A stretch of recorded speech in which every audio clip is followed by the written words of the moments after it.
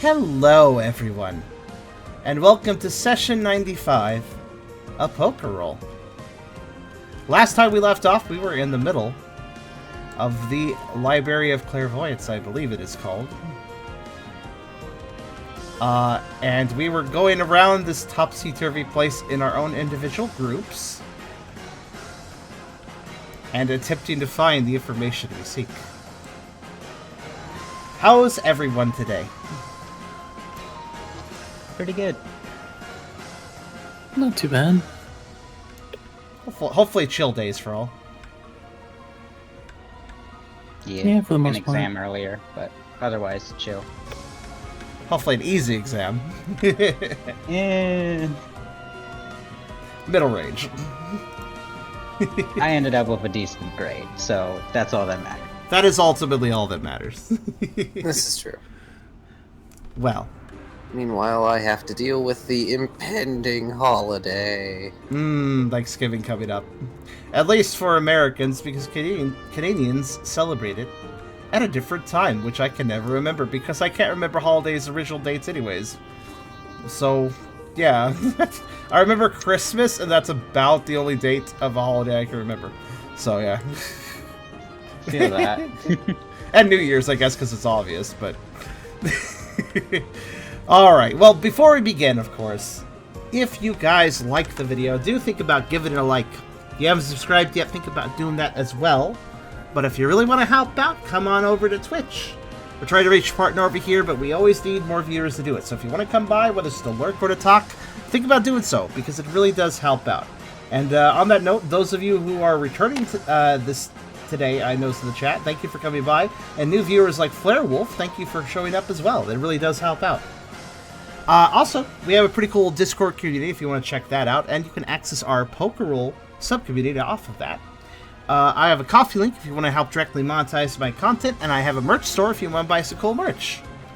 All links are in the description, so check them out at your leisure. And of course, naturally, I should always mention that we also have a wiki for our Pokerole game. So you can go check that out, and maybe add to it at the link. Alright, with that being said, let's begin. Welcome, everybody.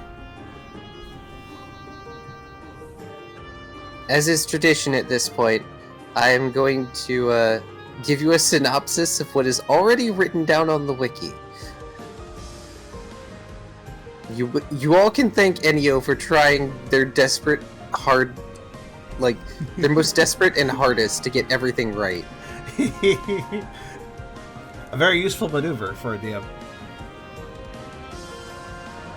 Because, I will admit, I was reading through this, and it's like, to put it in perspective, I have a friend who has me proofread some stuff he does, because he has issues typing sometimes, and of course, that kicked in whenever I noticed anything. It's like, no, stop.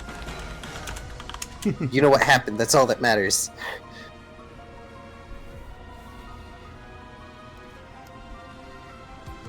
But truth be told, I'm not terribly bothered when it comes to spelling or grammar, so long as the notes reflect a majority of what happened.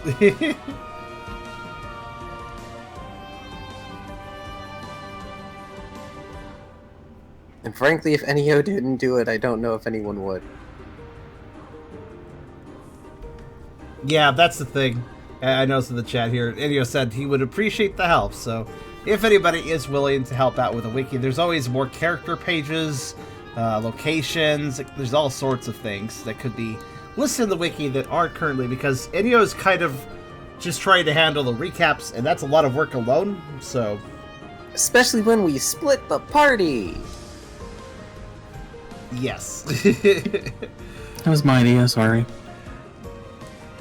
Well, you know, it makes for an interesting round table sort of...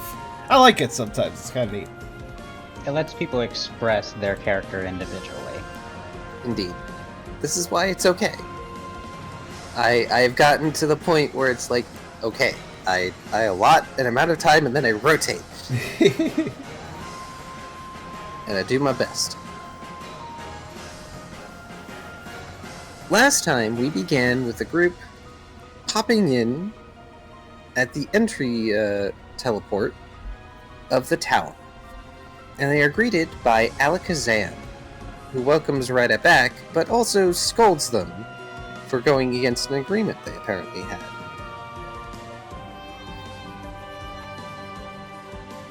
After some amount of conversation, Alakazam manages to lead the group towards the... What's the word for it? It's in here. Because I'm trying to parse it down, because it is very much to read.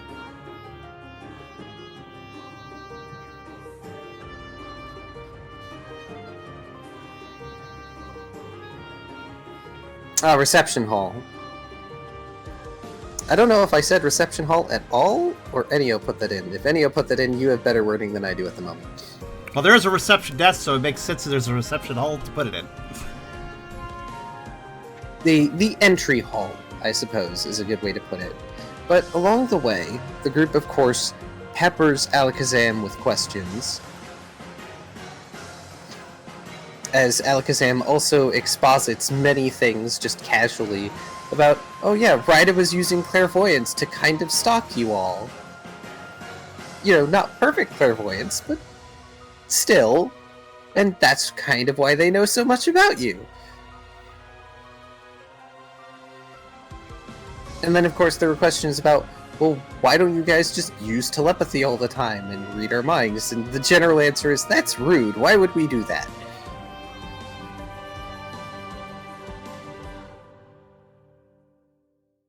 There were also questions about emotions, which led to the basic gist being, emotions are something of a difficult thing for at least the psychics that are in the tower to deal with. At least when it comes to using their psychic abilities on them. Because most of those who live in the tower are dedicated to knowledge rather than emotion. I.e., the mentioned Uxie, spirit, rather than Mesprit.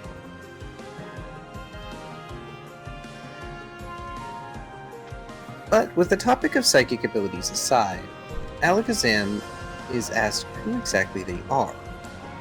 And they just go by Alakazam, though a lot of the residents of the tower, as well as a few of the archivists in Luxray's clan, have started to take on names from the books they read. And he even offhandedly mentions a knocked owl that took the name Archimedes, who apparently likes comedy. The team also found out that the library is located somewhere on the Mist Continent, and while it's connected by the Dragon's Path, it's generally sealed off from the rest of the world. Exiting and entering via normal means is near impossible. At the reception hall, the suggestion is made for the group to register themselves, so that they can have a library card and take out books. The Indeedis at the desk managed to present each of you with a contract, which you signed, and you were each presented with a library card, with the stipulation that you could only take out so many books, and any damage done to a text, tablet, or whatever else piece of information done by you while you've taken it out will result in a fine, and permanently lost materials result in having to answer to the head librarian, Mewtwo. After the group gets their cards, they begin starting to search in their own ways, learning what happened to Shane and how they can find someone to help. As the crew... Oh gosh, I keep wanting to call you guys the crew because that's how I refer to both the other games where I am both note taker and player. I'm sorry. What is this, Payday 2? No, they all have ships. It's a Skylands setting. But the party learned that even non-psychics can walk on just about any surface within the library, so long as their mind doesn't limit you to walking on the floor.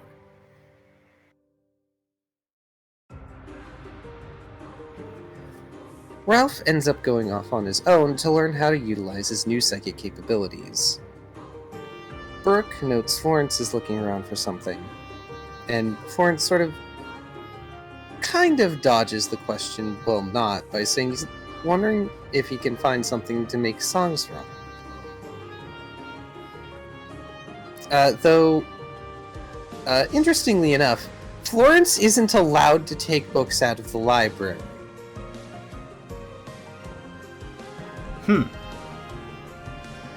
Even though he was aware of getting a library card before. Yes. He is not allowed, specifically.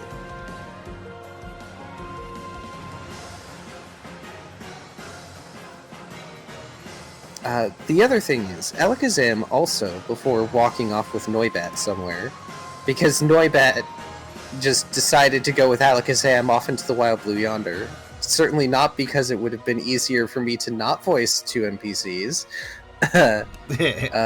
Alakazam warns Tucker it might be good to remember to present his library card, in case anyone questions him, as dark types cause concern among the residents, since dark types cannot be sensed by psychic types using their abilities.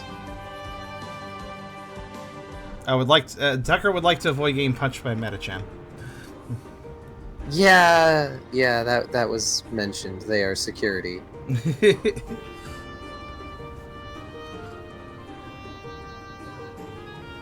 But Ralph, in particular, ends up in the education section of the tower. Subsection? In any case, he ends up finding a basically How-to Psychic Powers for Dummies, volumes 1 through whatever, near the children's section.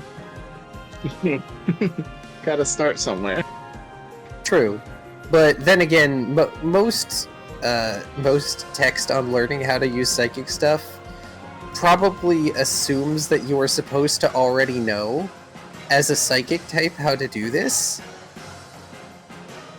Starting with a trigonometry book, and you haven't learned addition yet. Yeah, suffice to say, variant typing is not usually accounted for when it comes to education. Yeah, so I gotta start at the bottom.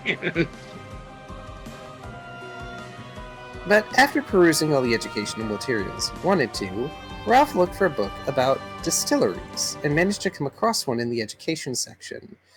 And it included a detailed blueprint on how to create such a distillery, the ingredients and recipes for various alcoholic beverages, as well as the proper conditions to store everything in.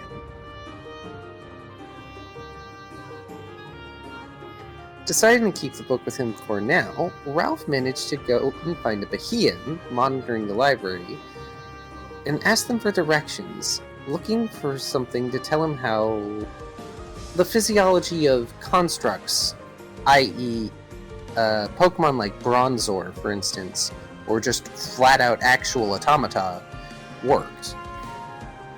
The Bahian escorted them to the physiology section and pointed him to the appropriate shelf. And Ralph, of course, engages in banter with his new floaty friend. But what Ralph manages to find out is that nowadays, constructs, specifically artificial constructs, like, say, a Bronzor that's not natural, are exceedingly rare nowadays. And constructed Pokemon of such a nature are often remnants of the old world. After this, Ralph starts to gush about Mawile, while Bahian continues to skip through books. Indeed. And Ralph also manages to learn that inactive constructs, again, with Bronzor as the example, may be inactive due to a lack of power, and that it is a Pokemon who resided in the library at one point that researched these constructed Pokemon like Baltoy and put their findings into the book, explaining that how they are so highly advanced, it would be simpler to try recreating a functioning stasis box than to construct a replica of one of these Pokemon. Meanwhile, Tucker is off with Luxray, and they're off to see the section of the library dedicated to emotions, specifically. While exploring the emotions section, they come across a pair of Meowstic having a tea party, floating in midair, because of course they would. They're kind of unsettling, but also polite, and they decide to leave Tucker a small bag of tea cakes that he did not consume. It's scary, but probably tasty. They look like normal tea cakes, though. What could possibly go wrong? Spooky cake. Spooky cake.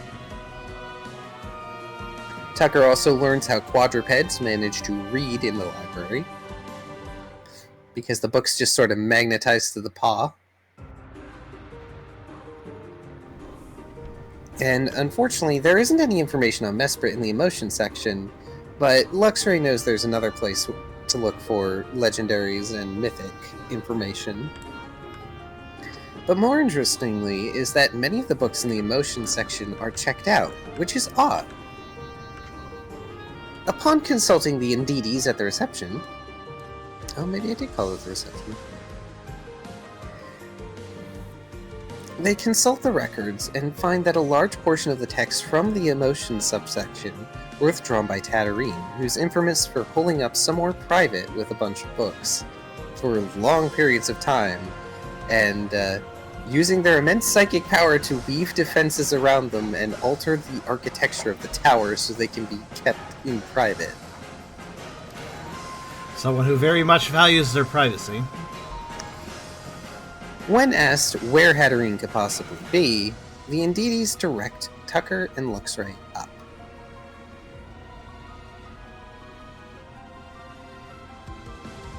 As the two travel, Tucker asks Luxray out of curiosity who head librarian Mewtwo is, and Luxray explains they are Pokemon with near unmatched psychic powers, who was likely around since, and if not before, the creation of the tower.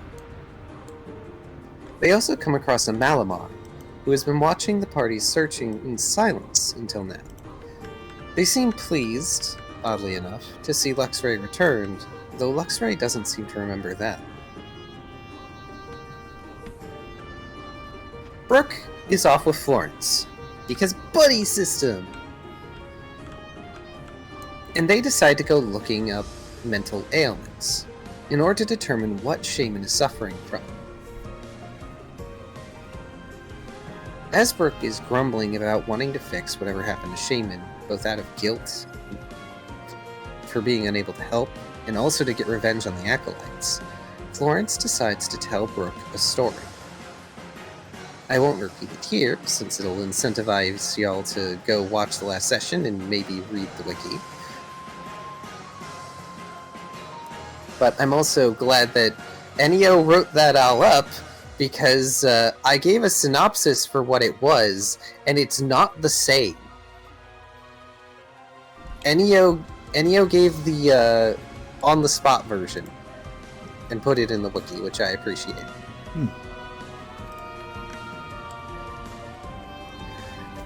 Eventually, Brooke and Florence arrive at the psychology section and start their search. Though some of the texts are more difficult to understand than others, and unsurprisingly, they are dry. Some even use the unknown script.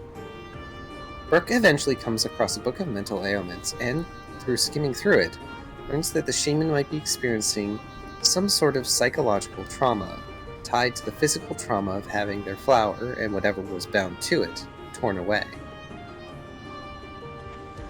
Since Shaman was mentally unstable at the time, they probably suffered an immense shock, which caused them to enter a catatonic state. While Brooke struggles to understand the more technical terms, he understands that resolving it will require an expert in being able to fix that sort of trauma. When he and Florence ask around, trying to locate such an expert, they get directed to Tatooine, and are told that Tatooine is supposedly responsible for tending to Ryda's psyche when they were first found, putting them back together.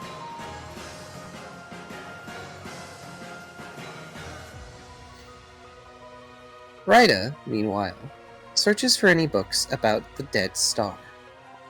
After a fruitless search in the astronomy section, Ryda comes up with two other places it could be: the Forbidden Knowledge section, which they don't know how to access, or the Legendary section, hoping to find a tome describing the Lord of Balance who sealed them away. While on the way, they're briefly stopped by some of the residents asking if they want to hang out, but Ryda quickly declines in a very Ryda fashion. Eventually, Ryda reaches the Myth and Legends section, but has difficulty locating the book due to being very unfamiliar with it. Eventually, she comes across a book detailing the aspects of existence, a hypothetical concept that describes various pillars that are believed to hold existence together. If one pillar is removed, they must be replaced, or else existence may begin to fall apart. And while the book mentions that most of these pillars are embodied by known legendaries, there are some that seem to lack a physical form, and, as such, have less power over the world than others. Hypothetically, anyway. Ryda then tries to find a book on Arceus, but only finds a religious text, and a scroll complaining about there only being a religious text about Arceus and nothing else. But, since they don't have any other ideas left besides the Forbidden Knowledge section, Ryda decides to join up with Brooke. And that's kind of where we left off.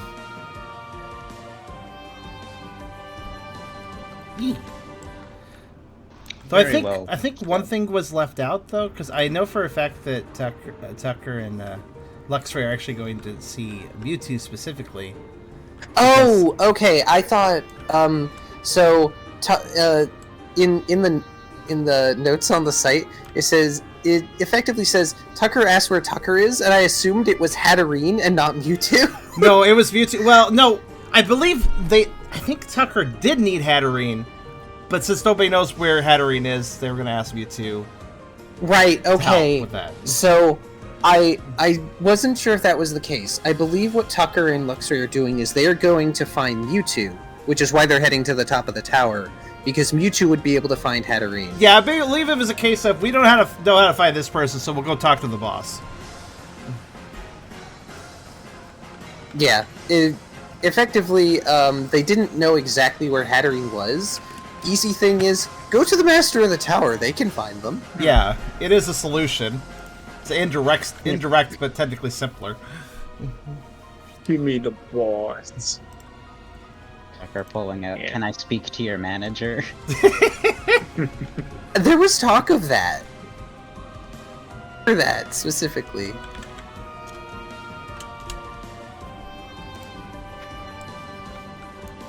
Yeah, actually, I guess somebody put a pen there that maybe the wiki should be updated with that a little bit. Especially since there was apparently a Tucker wants to meet Tucker. That's okay. Which is cute, I saw it earlier and I'm like, I don't have the energy to fix it now. I'll fix it some other time. It's not super important. Because it's really not. People can watch the sessions if they want to get it right. Another detail that was simply fixed drama. Another detail I do recall, I don't remember if it was Luxray that told Tucker this, but effectively Tucker was cautioned about the idea of Tucker was interested in Miss Spirit because of the idea of learning more about emotions, and perhaps connecting up with Miss Spirit would help him make more sense of it, but there was a big warning about that because Miss Spirit can really mess a person up. Oh, yes. There was the warning about the 3 spirits, because I had their page up that day because I needed to do some minor research.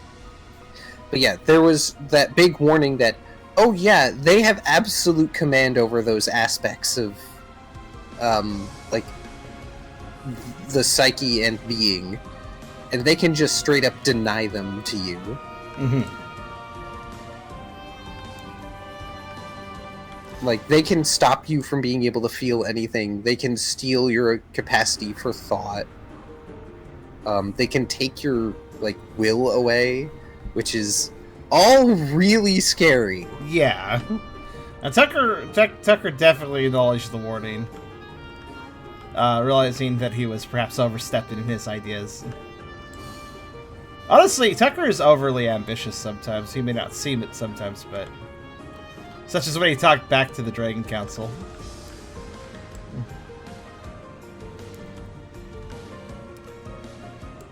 With that being said... Yes. So I think the only one who wasn't actively heading out of their, like, little subsection wing at the moment of end last time was Ralph? Maybe? Yeah, I was getting ready to wrap up. And rendezvous with Brooke to see if he needed help though. Okay. That's actually perfect, because all of y'all are basically gonna be able to, like, reconvene. You'll be able to see each other on different sections of the wall. So it's just going to be a matter of getting yourselves to each other without becoming too, Is there a brain version of tongue-tied?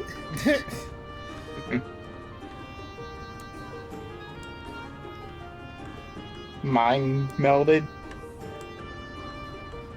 I think Tucker's finally managed to not think about it too much, the whole walking on walls thing.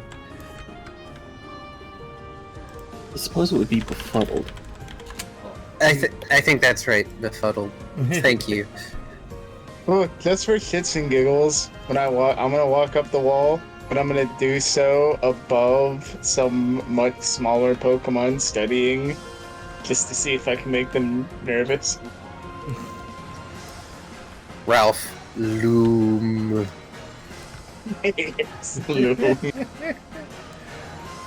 Oh gosh, what's a small Vertically psychic waddling Pokemon? Vertically waddling up the mountain, or the thing. Oh, as a huge disclaimer before going on, was already like announced to the Discord server, but I will be avoiding any sort of Scarlet or Violet spoilers when I talk and do stuff in game, because the game itself has not even been out a month, so please don't expect any of the new Pokemon to appear, because that's not going to happen. I haven't even gotten through the game yet. Understand. People haven't even finished modeling Sword and Shield's Pokemon for use anyways, so I don't even know how long it's going to take for Scarlet Violet. Like, I'll be I don't honest. even own the game. I'll be honest, I kind of wish Scarlet and Violet had just gotten another year. All I've been hearing is, oh, it's broken, really buggy. Like, that's all I've been hearing. Game bad graphics. So I've got the perfect small psychic type that I can loom over. How about execute? Oh gosh, like, okay, give me 1 second. But also, the jank is part of what makes it really fun. Because it's jank in an amusing way. I mean, I guess that's fair. But I will say this for the record, especially since some people some people have literally asked me, so what version did you get, Charm? Some people literally have expected me to get the game. So I'll just say this. I played the first 5 generations of Pokemon, then I took a break, X, Y, Sun, and Moon, didn't play them. Just was kind of getting out of it by that time. I was like, too far of a lake. And I took a break, and then I was like, alright, let's get back into this, and I got Sword and Shield. You guys know I streamed that 100%, 110% really. Played as much as I can, the DLCs. And ultimately, my opinion was, this was kind of whatever. Like, I had fun during it, I guess, but I wasn't impressed. And I was like, if they don't do better the next generation, like, I'm not going to probably grab right away, and I really hope they do better, because Sword and Shield were very And now I'm hearing about all the bugs and stuff. They should have had another year, and I'm just like, guys, come on, you fucked up enough with Sword and Shield. You didn't need to do this, too. Like, this is kind of disappointing to hear about, honestly, in my opinion. I would not say it's bad, though. I guess, but, like, a good game could still be mired by bugs. This is true. But, moving on. Yes. I just wanted to announce that so people understand my position, since people ask about it. It's good to get that out of the way. Especially because it's a Pokemon stream. Yeah.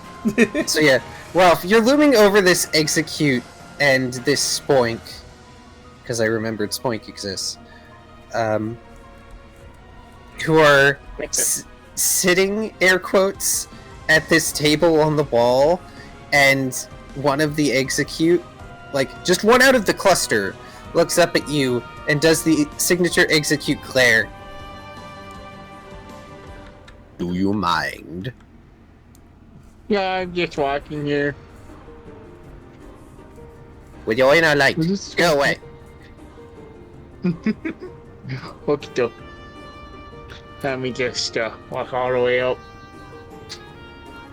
Darn, I was hoping they'd be more nervous. Careful what you say around them. You're gonna be walking on eggshells.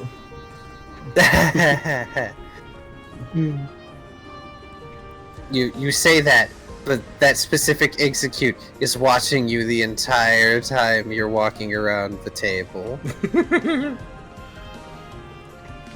They're doing that squint, and you get the distinct feeling if they had hands, they would be doing like the pointing between their eyes and yours sort of thing. Oh, I couldn't make them nervous by walking up the wall near them, so I'll just make my way to I appreciate the fragile egg Pokemon is super confident and not easily intimidated. I mean, they're psychic types. That's true. They know I'm not actually gonna fall. It's like way better than a normal egg, a psychic egg. Also, Akara, I can't wait to hear your perfect recreation of Mewtwo's voice from Mewtwo Strikes, from Mewtwo the Pokemon first. I wish I could do that voice. I will try. This is a joke. Man, I like those movies. They were good. I watched the first 3, and then I kind of didn't watch them anymore, but they were good. I mean, to be fair, also like Lugia voice. Hee Lugia, anything is. For me. Too many people like Lugia, though. Yes. I'm not allowed to Understandable. like Lugia anymore. That's not true. Everybody can like Lugia if they want to. Off topic. Right. So, Brooke and Florence are gonna come out, and they're gonna see everybody. Ryda is going to be heading down the tower and see Brooke and move to meet up with Brooke. Tucker and Luxray are moving up the tower, and you're going to see Brooke and everybody else. And then there's Ralph, who just left the physiology wing, who still has the distillery book, by the way. And I think you also took the physiology book with you. Yeah, because we're gonna go over that with Ms. Marwell. Study Ralph. the Bronzor. Yep. And Ralph, after you are done attempting to intimidate the poor, defenseless residents of the tower, in air quotes, you spot Brooke and are able to make your way over to reconvene.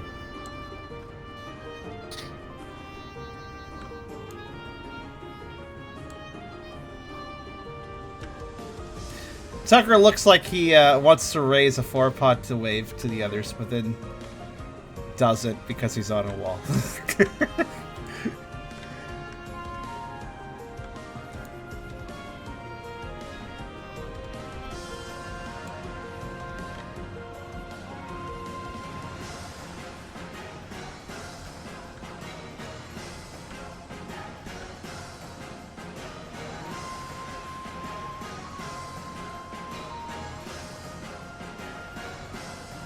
Crickets. And then the group, then the reconvening group stared silently at each other. Florence will So- wave. So, did you guys find good stuff? I did. Check this out. I opened up the distillery book. Oh, it's super simple. We just get the spirally bit here. You see, the fire goes here, and when it goes through, you just add the yeast, and boom, the alcohol comes out there. Tucker Gonna be kind of great, cocks his guys. head. Tucker kind of cocks his head. Did we really come to the library for something like that? I'm also helping you guys, please. Tucker looks unimpressed. Oh, and I learned how to. I learned the basics of my psychic powers. Let's see if I can. Let's see if I can make my hand grow. Can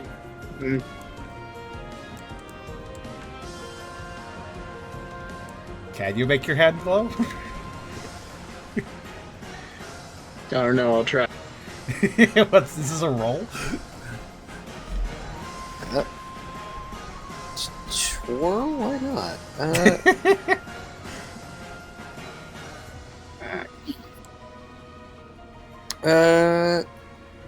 I mean, you could just use stockpile. No, I was cheating. I want to like make it glow with the purple psychic-y energy. You know the stuff. Fair enough. Go ahead and do special channel. Lol, his only psychic move is rest. I can see him like trying to channel psychic energy and then just going to sleep. On the wall. Oh, dude. Ralph can only use psychic abilities while he's asleep. That would actually be an interesting... Wait, isn't there a Pokemon for that already? Oh, that's Mala. pretty bad, bro. Oof. No. You cannot make your hand glow, unfortunately. Yeah, well, yeah, I'm still learning, guys. Tucker just kind of idly nods to that. But then he adds to that, Well, at least you have some books. We're still looking for what we need. The shelves are pretty empty. We're going to go meet Mewtwo to see if we can find, Hatterene? I think it was.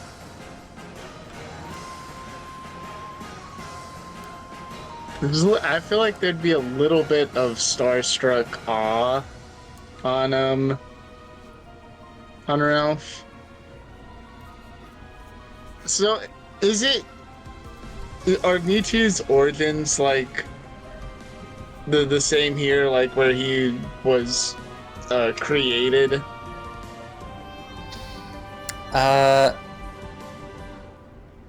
Because I feel like if he a more Ralph important question would've is what do been- we know about him?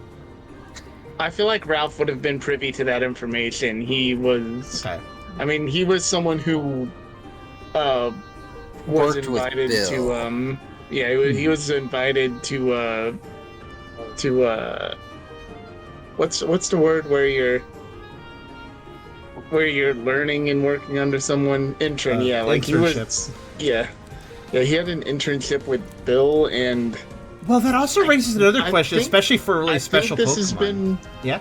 Yeah, I think this has been brought up before, but prior to that, he worked at the space station in Hoenn. So he's got like highly technical background in the scientific. Oh, do you community. mean the he had a career. NASA like building place? Yes. You said space station. I was like, what? I don't remember going to space in Ruby Sapphire. I don't remember the More like Hoenn a space station. That was an interesting Like a place. space center, probably. He was a space ranger. Space center is what he No. meant. Yeah, no, would've he was a been a good space ranger. He worked alongside Buzz Lightyear.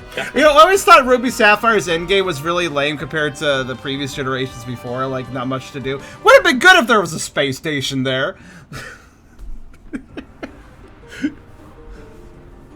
You just go to the moon. Mine for moonstones. I mean, it almost kind of makes sense because wasn't the Deoxys Gen 3? Oh wait, that was Gen? No, yeah, it was Gen 3. Might as well. Yep.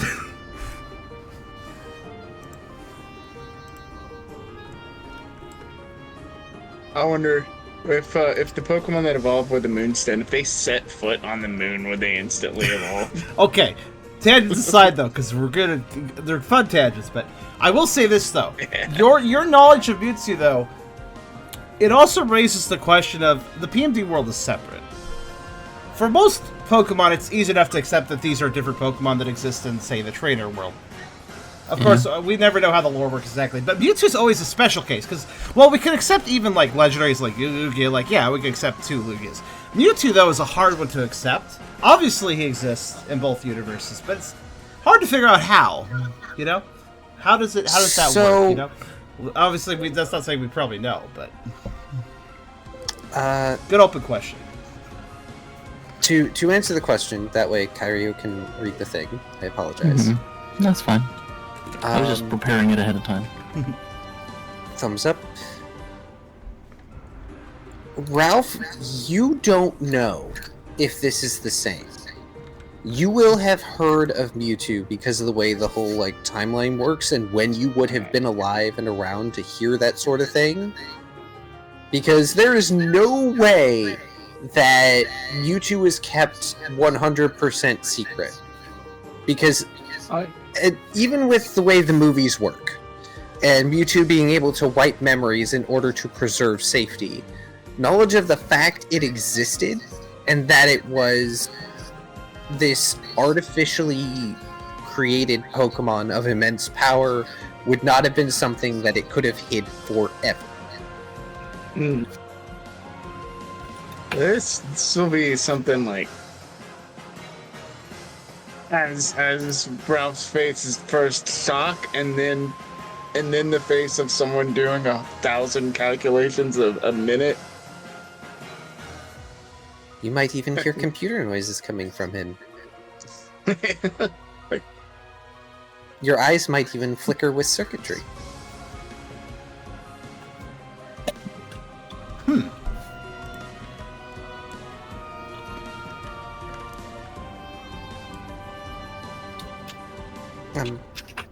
But yes, if Kyrio wants to speak now, you may speak. I think it's wise.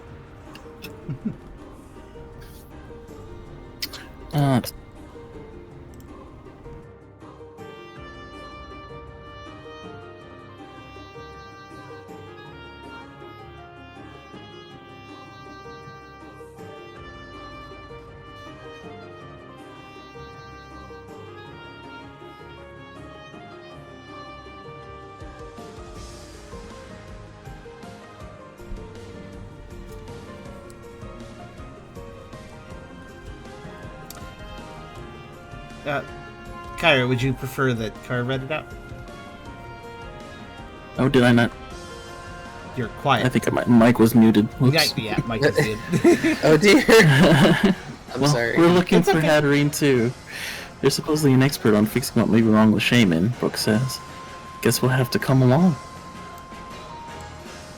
As a note, Brooke is the one who heard about Hatterene putting Rida back together. I understand if Brooke is not going to mention anything about that right now, but it's a pertinent little side note to remind you of. Yes, I wasn't going to. That's Maybe not his worth story to writing. tell. Might be worth writing that down in your little descriptor thing if you It's- haven't. I'd forget that eventually if I didn't. It's okay because even if Kyrio doesn't remember, Hydra remembers. Yes, very much. I forget if Tucker mentioned what he was going to, like if he mentioned before to the group that he was going to look up emotion stuff. I think so, because I think Brooke took the responsibility of looking up Shaman from Tucker. I believe you all Looking up mentioned what you were all gonna go look for. I think we so. communicated it beforehand.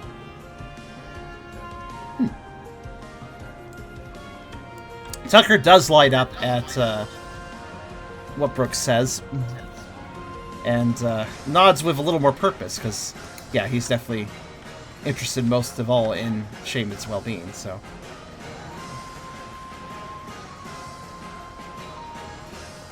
Rido will also chime in. I have finished looking for the information I sought out, and will accompany you as well.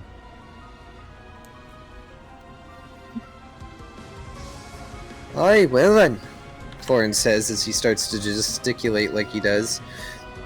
Seems like we're all going to the same place. Well, hopefully this one will be a mite nicer than the council. Considering your track record with legendaries, I wouldn't say that's a 100% chance for us.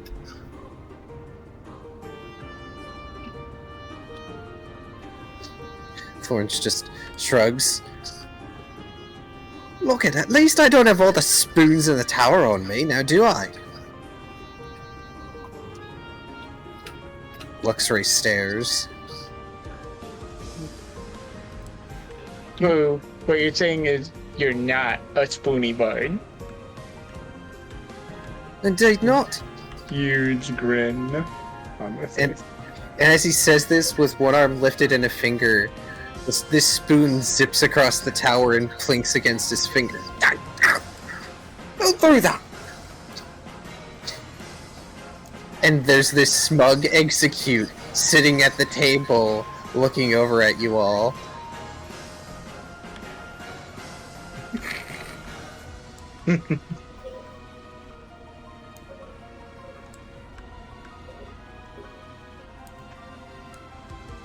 Perhaps That was we... pretty funny. I gotta give you a hand, since you don't got any.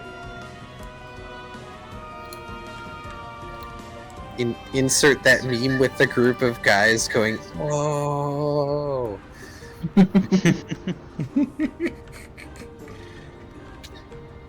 Ah, what a burn.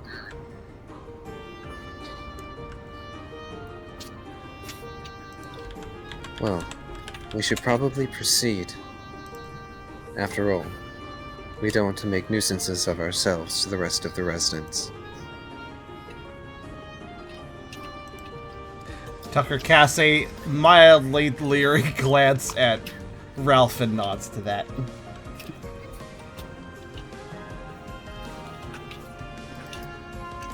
I'm hilarious. I'm not a nuisance. You're enough of a nuisance your alien abandoned you.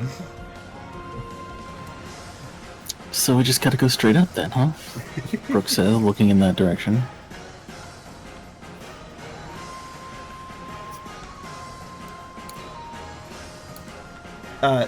Tucker will nod. Yeah, at the top of the tower. However far that goes. Straight up. Probably, however far the master of the tower wants it to be. The non-committal answer from Luxray. I should mention, by the way, the BM is just sort of floated off at some point. That's fair. So unfortunately, Ralph has sort of lost his buddy. Probably somewhere around the point y'all said you were going looking for the head librarian, and they're probably like, I'd rather not. Yeah, well... Alright, so I suppose we just start walking up. Or actually, can we fly in here? I don't come off on the walls and stuff. Can we, like, fly? I wouldn't advise it. Not without your own psychic abilities to do so. Or wings.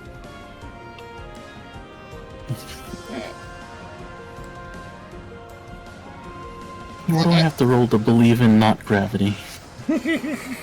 Sure! What the heck is... Roll to believe. What would be the opposite of an insight survival nature roll? Just like... Oh, let me think. Well, it's got its instincts. I feel like your instinct would be, I can't walk on the wall. What if I'm contesting nature? You know what? Sure. Insight contest nature. Challenge nature. Gravity is subjective.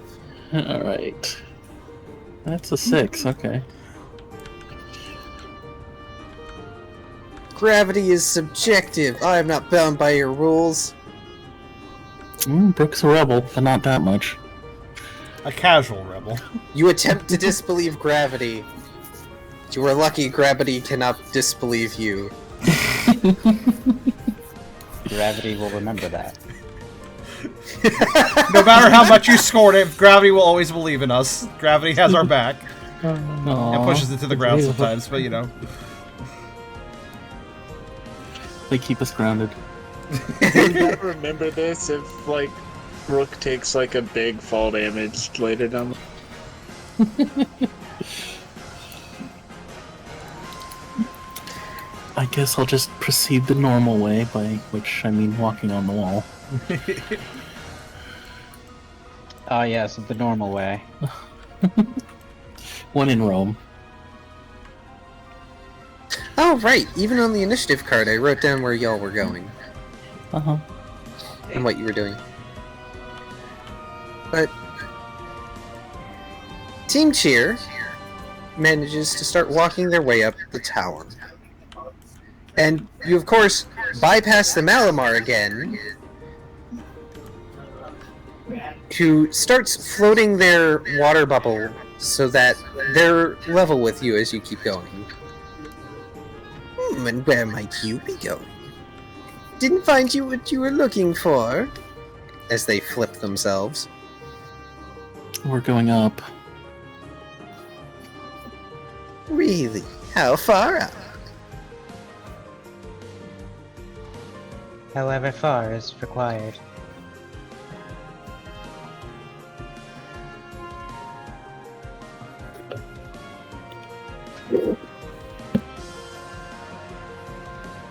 I wasn't asking you, little Miss Chalkboard. I am not a chalkboard. I am a Kyrio. No, you're a chalkboard. And they flip again. Hey, everybody but Ryda, go ahead and roll Will. Okay. Oh, I have a bonus to Will. I don't know why that is. Not gonna worry about it though. You earned it for doing something. I did. I apparently have 1 out of 3, Will. I know I rested her at one point. Go ahead and recover your will, because I don't know that you spent it on anything last session. I don't think you did. Session before last, I did use rest, so that would be... Oh, that would be why. Oh, Yeah, I I have rested 4 and instead of swallowed, 3, didn't so- I?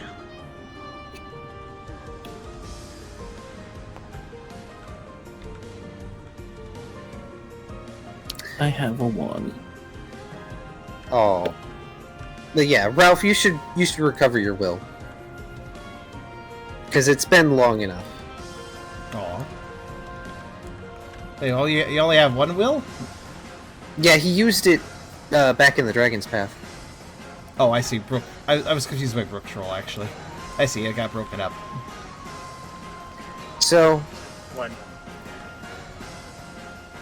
the moment the rest of you look to Ryda, you see Ryda as if they are wearing a weird chalkboard cosplay.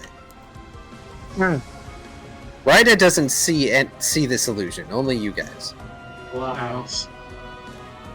You made her look like she's in the zone. Tucker just pipes up. I think I remember that from school. The only zone Ryda. around here is the no-go zone around you, big guy. Oh, cause you can go through me or around me if the if the hallway's narrow enough. If you could teleport, then you can teleport by me. So, little archivist, you're finally back. I believe I mentioned before, I don't recognize you. You're probably mistaking me for one of the others. No, it's definitely you. I remember you. You caused quite the ruckus, didn't you? Leaving forevermore. The Malamar flips. What happened to that dog? Didn't work out with that dear old feline. Sparks ripple across Luxray. I would thank you to keep out of my personal affairs, Melody.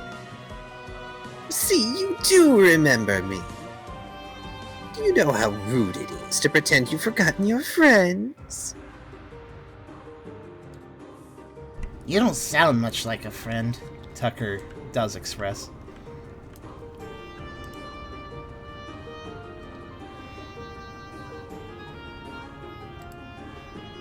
Oh, but you know how we dark types are, don't you, little puppy?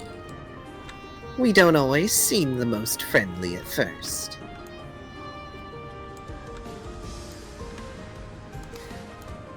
Tucker gives a squint to the Malamar.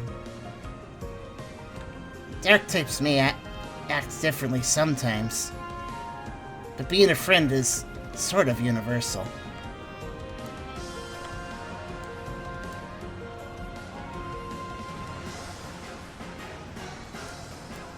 You know, Luxie, you really ought to teach this kid a bit more. You certainly seem to know very little about how the world works. They don't even know what typing inclination does to Pokemon.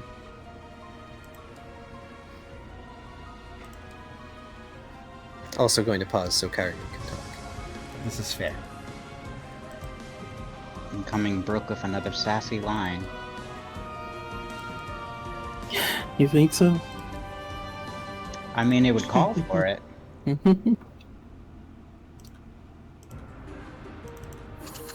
Trying to think if Ryder can say anything, but like, he's drawing a Typing blank. inclination.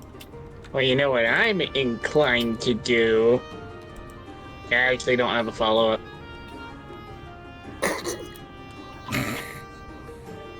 It was Inclined to good. leave you hanging.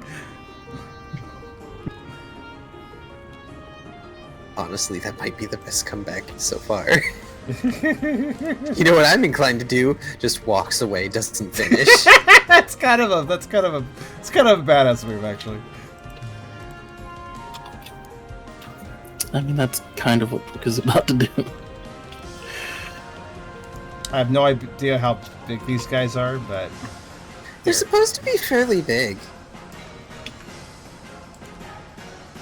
they cut an imposing figure with their weird shape. So Well, yeah, because they're upside down.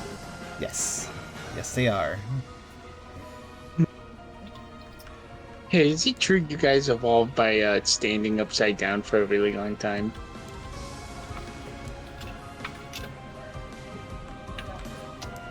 How else do you think my brain got this big? Yeah, alright, that's, yeah.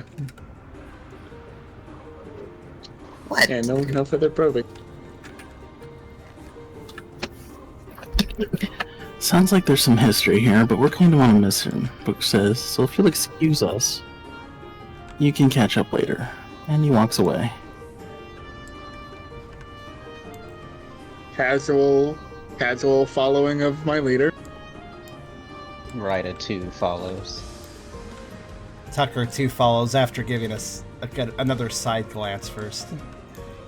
Florence tips his hat and just jauntily walks alongside you all. Whoa, so very serious.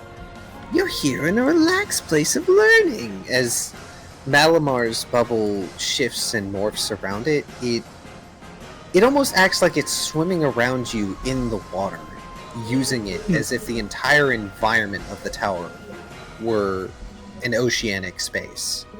And it just sort of lounges horizontally before you for a moment. No time to Guys, catch up, I no got time this. to chat. It's awfully boring here without outside entertainment. Not all of us are the academic types, you know. Guys, I know what to do. I'm gonna stick my head in the water, I'm gonna start drinking it. But that's weird. Hey, Ew. hey! You stop that! They just have this totally disgusted expression. You all know that one expression, just the head leaning back in utter disgust. Tucker looks a little disgusted too and mumbles, This is like the milk Oh bath gosh, all it's over really again. fishy. You're supposed to drink milk and water. Well, Not that was pretty usually bath entertaining. versions. That does not seem very sanitary. It's not! They're flailing their noodly limbs. And they jet away, and in the process, they make an ink jet. So the entire thing is black, and they end up just sort of wobbling about in the air everywhere because they've lost vision. Wait, no! I've made a mistake! This isn't how you drink friends! As they just sort of spiral out of control. Guys, I did it. I do not Good consider job. them a friend. I think I both hated that and loved that. Well, that was pretty entertaining. Shall we Brooke said. proceed? Brooke hasn't stopped moving. So, funnily enough, after this encounter, it looks like you've reached the top of the tower, but it doesn't feel like you've walked that far. And if you look back, it doesn't seem like you've moved that far.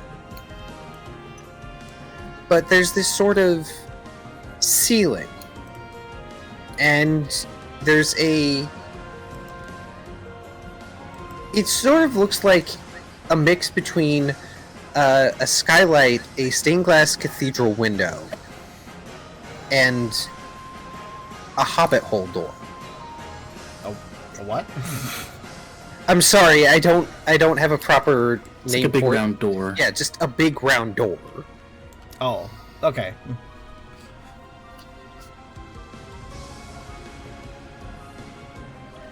Hot.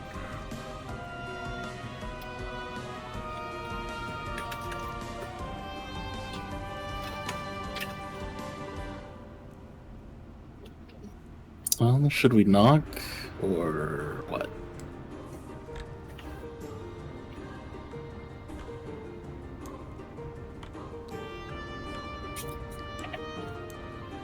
Looks very... Oh, sorry, go ahead. Tucker kind of thinks for a second. I guess so. Unless there's a sign saying not to make noise or something. Is he available right now?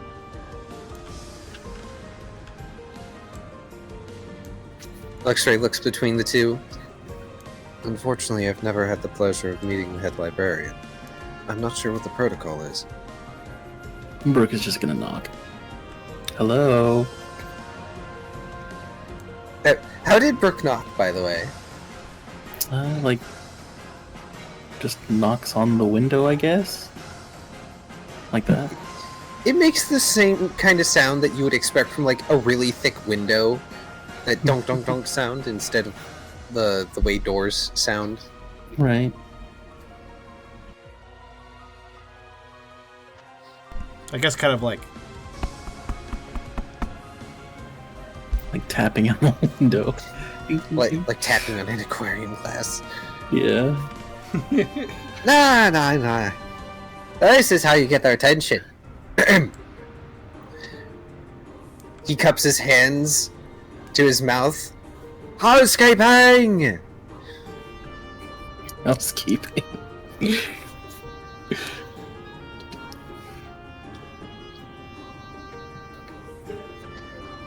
There's a long moment. And then the panes of this strange door just sort of slide over each other as it opens in this graceful circular motion, and then the last panel with them all stacked up slides into the wall, allowing you inside to what looks like... If we end up having to sort books up in here, I'm blaming you. Florence is grinning. I am perfectly fine with that. It'll make for a nice little ditty. But yes, as you all enter, and there's even more than enough room with the width of the... I shouldn't say width, with the circumference of the door for even Ralph to get through. I picture it gracefully opening, everybody walks through, and then Ralph just looks at it and it just like jankily opens a bit more. Just a little bit wider. But as you enter, you find yourselves entering from under the floor up into what looks to be this really nice, almost old-timey looking study space. You know the ones, like in the movies, where they're usually set in Europe or what have you, back in the late 1800s, where there was those big studies with a desk and rows of books and a fireplace and a lounge chair. Oh, yes. Yeah, that sort of stuff. The grand, comfy, personal home library that rich people had. You expect someone sitting on the chair smoking a pipe. Kind of. You enter. There's nobody behind the desk, even though there's a chair there. But there's a pair of the big comfy chairs that you can see the backs of facing what appears to be some sort of fireplace, as well as a sofa that is also positioned between them. Though the fireplace has this sort of strange lavender and cyan flame inside it that casts a very pleasant and ambient light throughout the study. Very easy on the eyes, kind of pastel.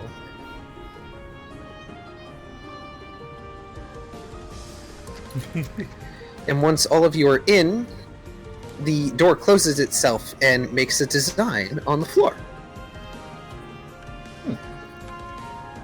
Nice.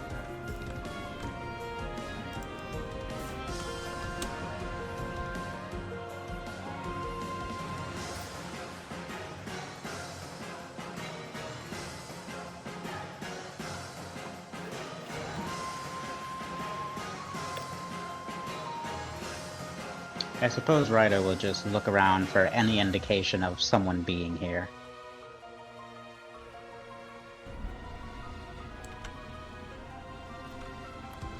Tucker basically just notes the coziness of this area and actually gets more visibly relaxed.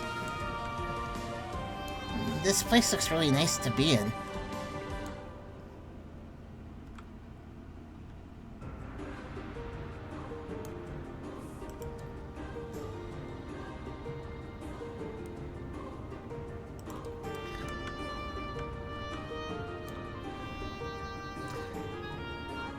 So, events to number 2. Okay.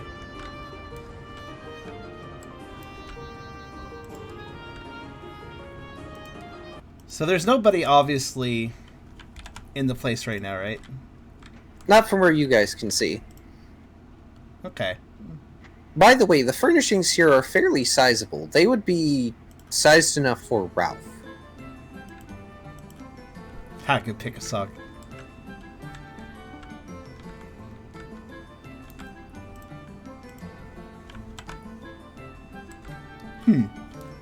Well, Tucker kind of politely walks over, kind of daintily because it's not his space, but he is immediately entranced by the fire and does have a little wander over to it to see if it actually is warm or not.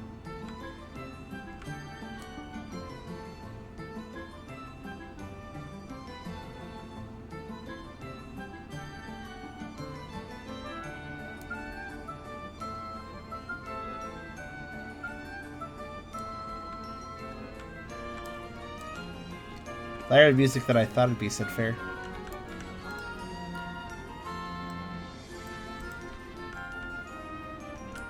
Look, just because Mewtwo's really intense in the movies doesn't mean he's intense. By the way, I Librarian. almost feel like Mewtwo's voice actor was also the voice actor for Yami Yugi, but he just did it deeper? Yeah, I understand what you're saying, actually. They probably were not the same voice actor at all, but they seem similar enough, and that's kind of one of the reasons why I don't think I can do it justice, because he had a very particular inflection, and there was sound effects clearly added on top. Yeah.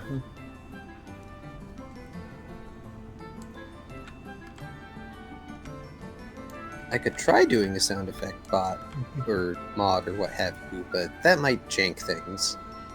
You can always experiment sometime if you want to with just in a voice call to see how it works or something. If you wanted to ever mess around with that. Did you catch the line, by the way? From Brooke, if we end up having to sort books. No. Tucker actually did a thing. I'll repeat it. It's okay. Oh, sorry. No, I didn't catch it. I just know... You were fighting music. I wasn't sure. Yeah. So, seeing the room seemingly empty for the moment, Tucker does kind of daintily, since it's not his space, but he is interested in that fire, and he does actually have a bit of a wander over to it, feeling a little entranced by it, and basically checks to see if it's also producing warmth, as unusual as it looks. It is warm. It's actually nice and toasty. It's the same kind of warmth from bundling up in a soft, fluffy blanket in wintertime.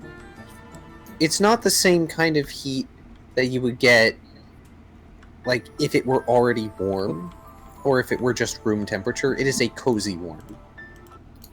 Okay.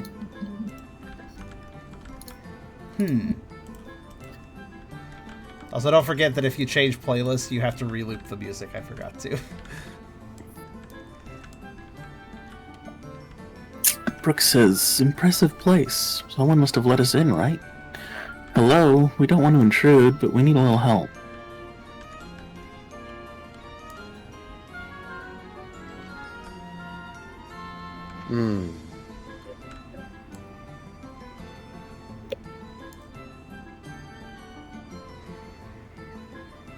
Well, I suppose I should greet you.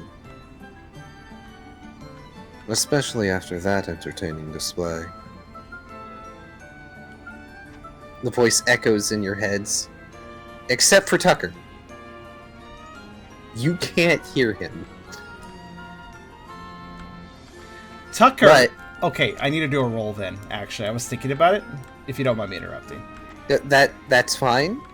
I was gonna say, but Tucker is going to see movement out of the corner of his eye. Oh, okay. Sorry to intrude then. No, Tucker will pay attention then. You're fine. Because if Tucker looks, you're going to see a... By the way, where is the Mewtwo model? It's right over there by the Game Boy. It hasn't been sized up yet. Oh, okay. I didn't see it. Secret. There, I turned into a not a bag.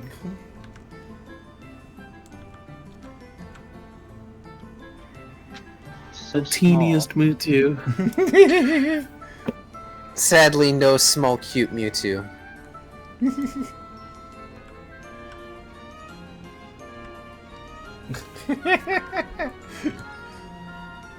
There should be some shenanigans with legendaries being tiny at some point. In fact, it is a particularly large Mewtwo that's lounging on their side on the sofa, and they've got one eye cracked open, looking kind of tired. Oh. Also, yes, it is Mewtwo being a cat, being in front of the fireplace. That's awesome. By the way, I'll just say it. I was going to possibly do an instinct roll for Tucker because I was thinking about Tucker possibly wanting to be a dog in front of the fireplace. On that note, so Tucker will turn though, because isn't the sofa facing the fire? So he's between the Mewtwo and the fire right now. So Tucker turns with a bit of a start, though he does immediately chill out as he looks at the rather lazy cat in front of him. Yep. Hello. Good morning. Or good evening. I don't suppose it particularly matters in here. And they stretch slowly, and you can hear like audible little cracks and pops as they sit up. They are wearing a yellow t-shirt that has a red null symbol that looks like it has been painted on by hand.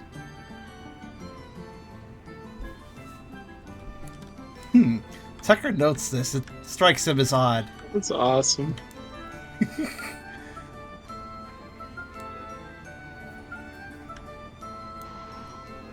I could sense that you were looking for me. What did you need?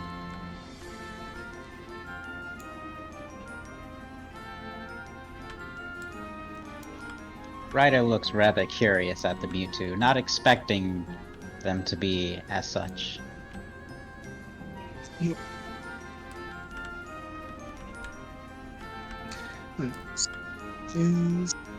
Tucker speaks up and says, Yeah, there he is.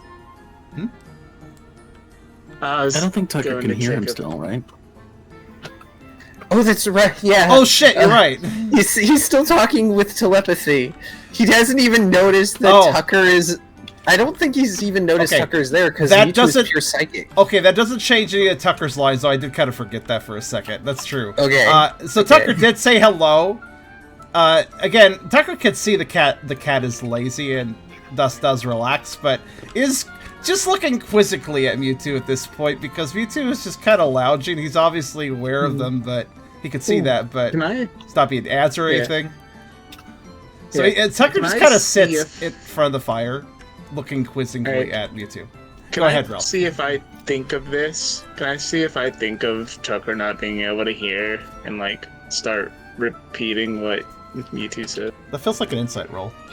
Yeah, actually. Just a flat insight roll. Or, yeah, just insight logic, actually. Because that would be really, really easy and quick. It's a pretty logical, reasonable thing to do. Yep, and while you're doing that, Brooke can do his line. Oh, well, sorry about that, guy. I hope it's not considered assault against one of your, citizens. He was being kind of a jerk. No. They're just always that way. If I'm being honest. Generally speaking, they always rub people the wrong way. I think it has to do with the voice. They sort of shrug.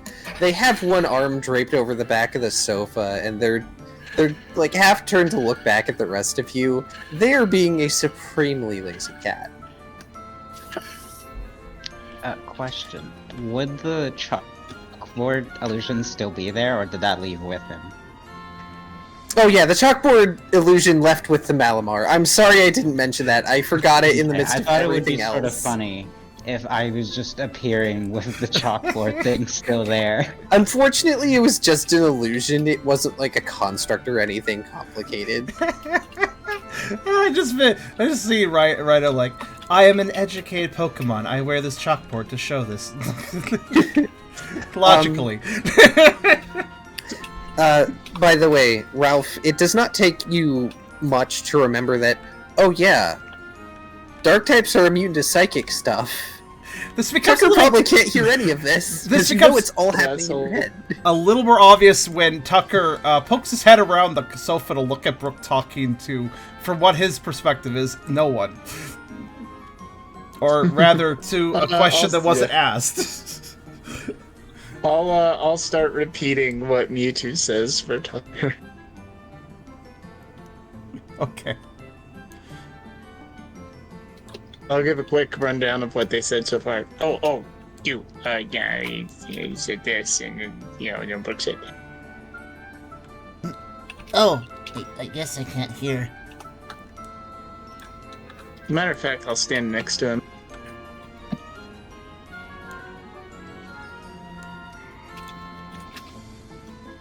To repeat like a translator.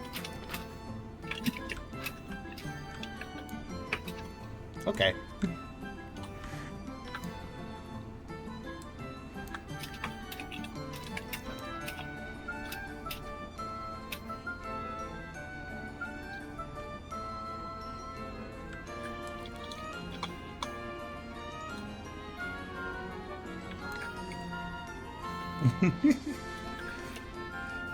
Poor language barrier Tucker, of sorts.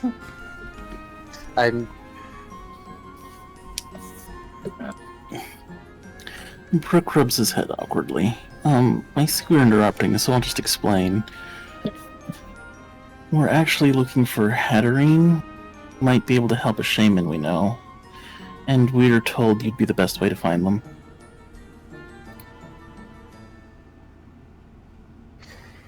Mewtwo blinks.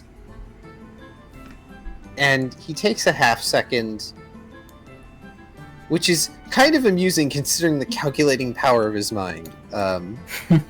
Just to consider, why is this weird Snorlax repeating things that I've already said? Oh, they're looking for Hatterene. They're helping a shaman. Why is this important? And just all of this happening in the span of a half second, it's like... Oh. They actually do cough a bit as their voice rasps. Oh. Sorry. I forgot that dark types can't exactly hear me. Tucker kind of grins sheepishly. Sorry about the trouble. It's fine.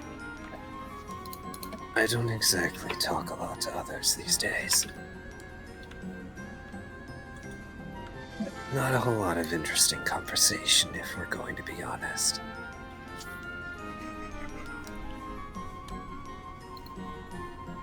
Dan Green to David Hayter.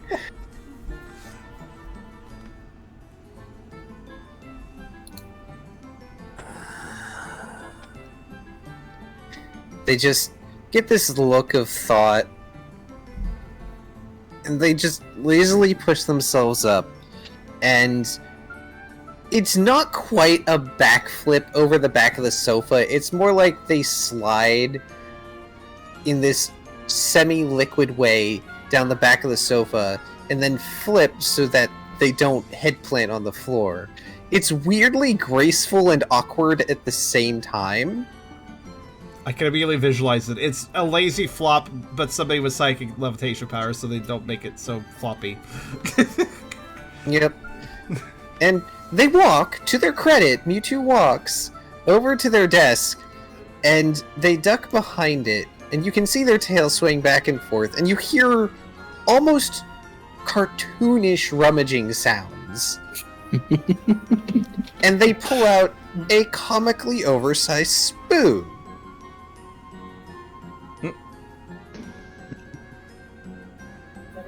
That's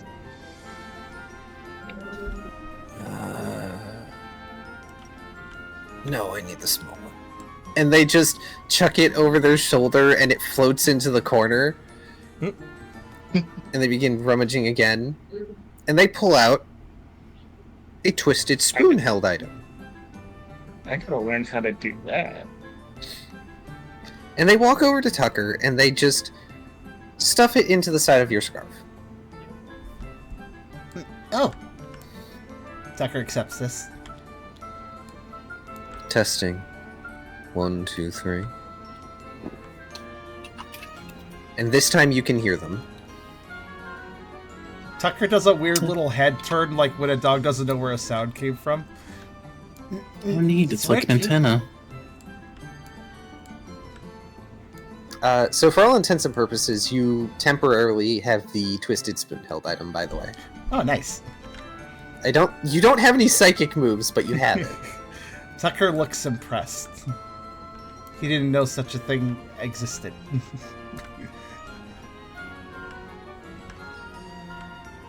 Neat trick, isn't it? They just sort of open their arms in a half shrug. I learned I could get around the dark type barrier by using that as an amplifier. It doesn't exactly make you a psychic type or not dark. But it helps. Tucker nods contentedly, happy to be part of the conversation now.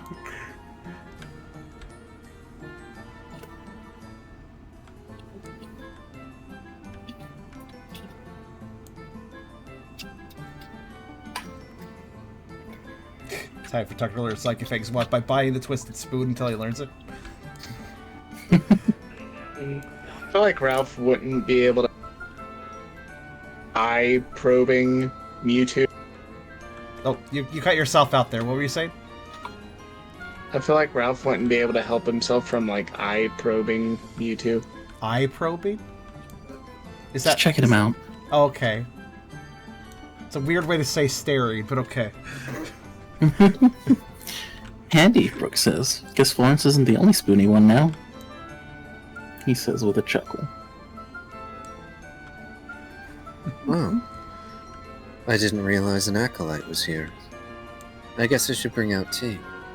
And Mewtwo waves a hand, and this entire corner of their study shifts and moves. Anyone who's seen the Doctor Strange movies, it's kind of the same effect as like how the mirror world works, except, you know, without the whole reflections of everything fractaling everywhere. But just, it shifts and moves to create a space, and he gestures one bulb tip digit up, and this table, just like liquid, flows out of the floor and spreads out along with a couple of chairs. This is the most retired Mewtwo I've ever seen. You are correct, sir! He's been there, done that, now he's relaxing. And he just walks his way over to the head of the table, and he does that lounging thing where someone will sit crosswise across a chair, where like they'll have their legs dangling over one arm and be propped up by the other arm instead of sitting normally. Of course, his chair is a bit wider and larger than the others, which are sized specifically to the rest of you, it looks like. Nice. Tucker actually kind of emulates him, as Tucker also has a sit down and kind of just flops his upper body over one of the arms of the chair in a lazy way. He's actually vibing to this cat, but he also is somewhat aware that it's weird that he's vibing to a cat. I've got no idea what you're talking about, Your Eminence? Florence looking kind of nervous. I mean, hyenas are closer related to cats than dogs. Pooch. Ida. Discord's having some issues. Oh dear. Really? Let's take a look at the connection. Oh, it just came back. Welcome. Okay. No, welcome back. How long were we mute for you? Yeah. So, you just said Mewtwo sat on the chair cross-legged, and then it went out. Okay. So not long. That was the huge concern. Yeah. But yeah, they're sitting horizontal with like their legs over one arm and then their back propped up by the other arm of the chair. Just that way of horizontal sitting / lounging. The way your mom always got mad for you for sitting in. Nice. That sort of princess style. And then Tucker flopped princess his upper body on his chair's arm to be lazy too, because he wanted to.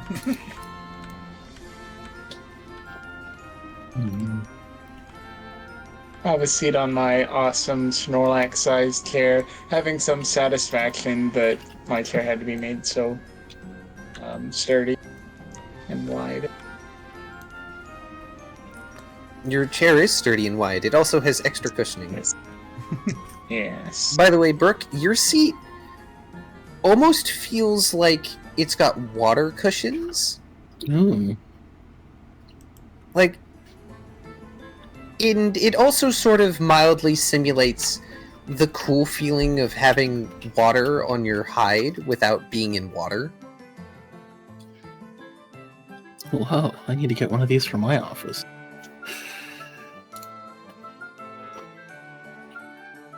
Mewtwo just lazily grabs their giant spoon as teacups and tea sets and things just start to float into the office from who knows where and set themselves at the spaces.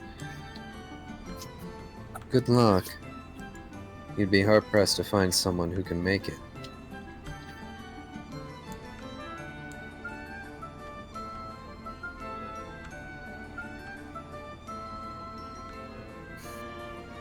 They take a moment and their eyes shift ever so slightly to look at Luxray, who hasn't taken a seat. You too, ex-archivist. Of course, sir. Mewtwo rolls their eyes as Luxray takes a seat by Tucker because his chair is right next to Tucker's and they're both similar in design.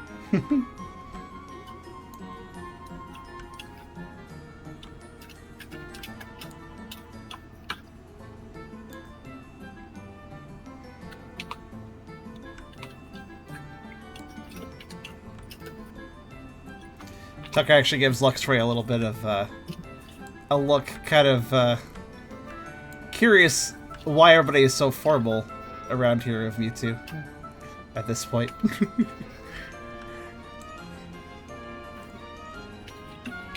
I have absolutely no idea anymore. You didn't actually express that out loud, but fair enough. And then Mewtwo sits up a little bit. Oh wait, I'm not supposed to do that. Sorry. They stretch and yawn.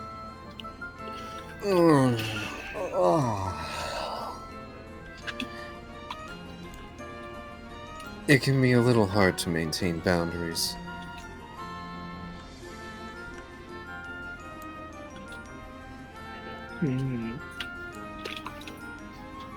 Not to say I'm exempt from the rules, of course. No. I mean, don't you make the rules? The rules are a sort of collectively agreed upon contract. Ah, that sounds like you're a good leader. We got one of those ourselves. Tucker nods. Florence finally nervously takes a seat, looking a bit grumbly for some reason or another. Starts to sip tea. Are you nervous because, like, you're afraid he'll just suddenly make the chair vanish under you? Like, that'd be hilarious, but it would have to be, like, when you least suspect it. You don't have to give out ideas or anything. Well, you're admittedly pretty intimidating, Brooke says, with a grin. Even when so relaxed. Honestly, the only reason for me to ever get upset is if the library is in danger. Well, it almost runs itself these days. Besides, it's better than being stressed all the time. It's what I used to be.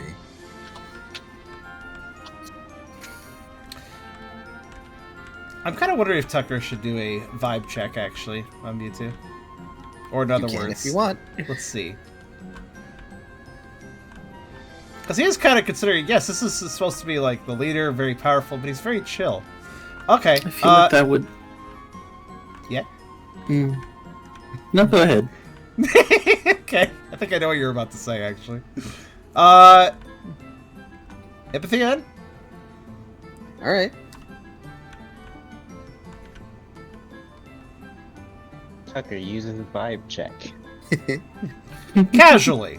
It's a very casual vibe check, not super serious about it. What were you gonna say, Kyrio? I just feel like that constitutes as mind reading and would be very rude. It... For once Then I again, wanted he it did to. it to him, so... For once I wanted it to, because he is really kind of doing it casually. He actually likes this cat. But he's like... kind of wanting to know more in a casual way. So the thing is, fair is fair. Technically, he did not ask for y'all's consent to start doing telepathy. It's just something that he just casually has been doing because it's how he talks. Mm-hmm. And he didn't think about it. Ironically enough. Yeah. So, yeah, technically what he's doing is considered rude and at least mildly invasive. Tucker didn't even think of it that way because he felt more disappointed being left out of the conversation, just happy he got involved. So he didn't even think about the intrusion aspect. Vibe check. This is one chill cat.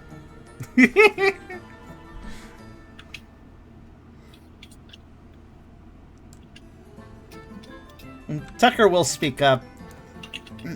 Well, it's pretty obvious you're powerful, but yeah, it's obvious you wouldn't do anything bad with it either. And we don't have any qualms with the library. Well, aside from that one squid.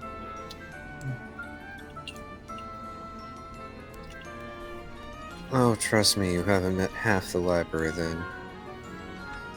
And they have this kind of awkward half smile, half smirk thing going.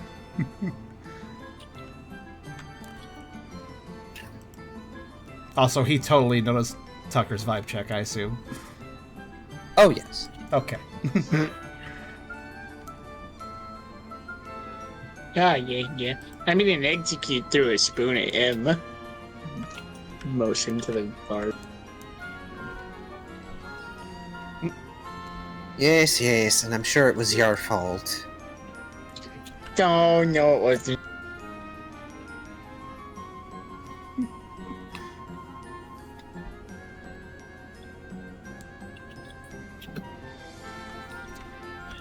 Yo, I bet you guys could use this table to have, like, some intense poker games where, like, you try and protect your minds from each other. And like, that would be the game. It'd be like psychic poker, and it'd be like an exercise where you try to read each other's minds and defend against each other's minds to, like, not know each other's poker hands. Or you could, like, have alliances. Dude, that'd be cool. You two just sort Alright, but we needed your help.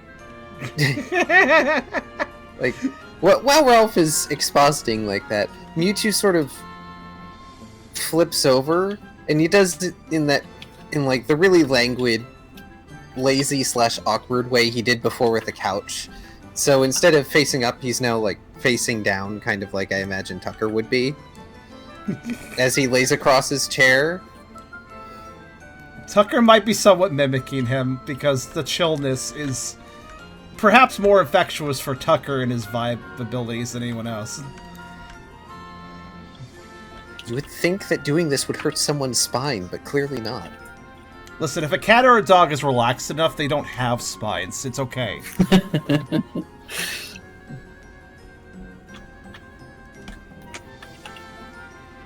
Yeah, you are here for help, all right.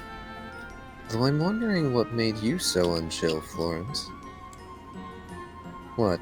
Is Meloetta not returning your calls? That's none of your darn business. And revealing secrets of others is pretty darn rude, if you ask me.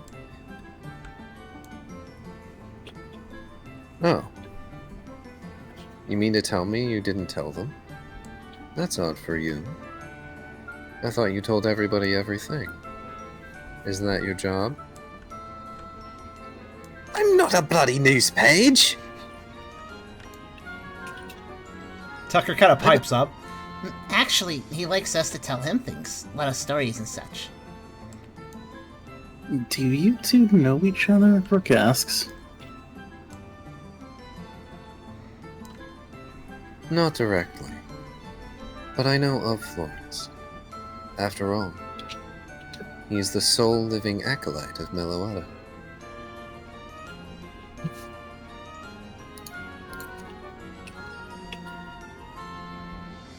Florence just has his gaze averted, and he's trying his best to angrily drink tea, which is difficult to do.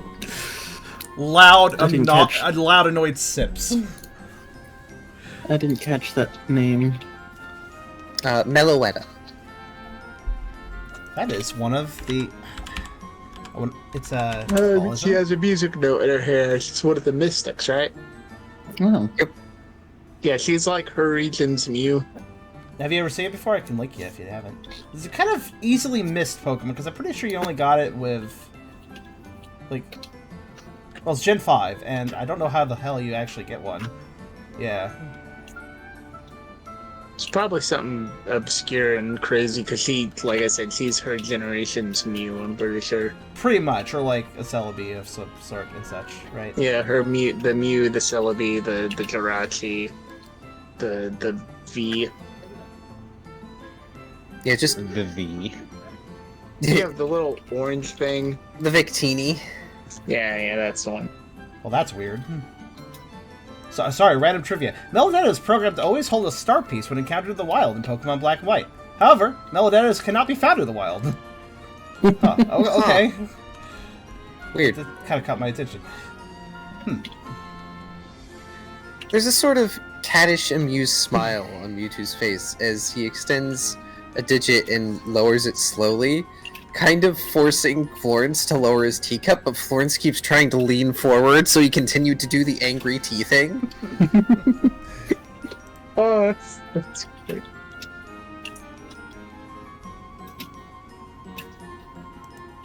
As they say, the cat is out of the bag. Are you sure you want to be so stubborn now? I can be as stubborn as I like. Get his tongue. I saw him use a healing move once, Brooke says, so it's not exactly a surprise, nor is it a big deal to me. Tucker Say? just... Oh. I was gonna say, at least somebody knows how to keep privacy around here, not ask questions. Not like I've got any ill intents being here anyway. You the council treating me like a common bandit. I'm doing no such thing at all, Florence. I'm treating you like a guest. If you were a bandit, I could have had you locked up in the basement. You don't have a basement. I think you can make one on the fly. Huh. To be fair, that would be more work than I feel like doing right now. And besides, I wouldn't actually lock anyone up in the basement.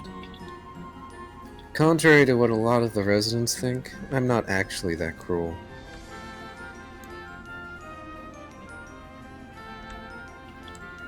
But we're getting sidetracked. And he does a brief swipe with the spoon, and there is a small plate with an appropriately sized jiggly flan on it for everybody that floats in. I need to learn this power.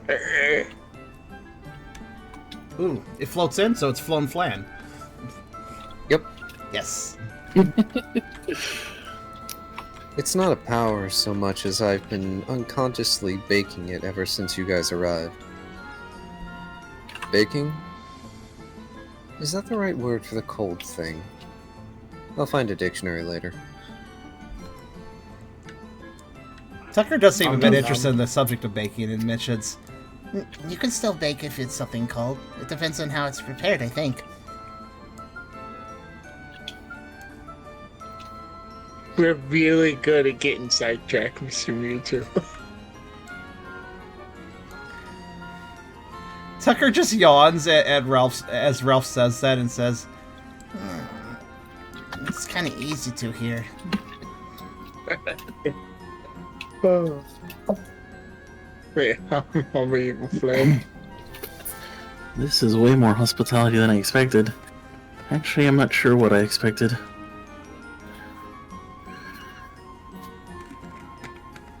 I'm not sure that I expected you to be here either. Unless maybe you were a Ghastly, or maybe a Yamask. Then again, it's been a very long time. And I might just be mistaking you for someone I saw a long time ago. They close their eyes and they twist back around so they're facing up.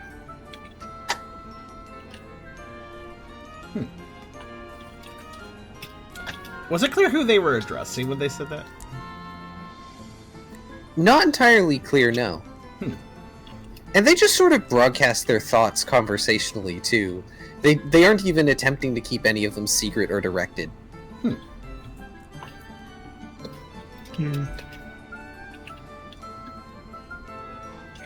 So, can you help us fix the salmon, or like do we gotta find the other lady?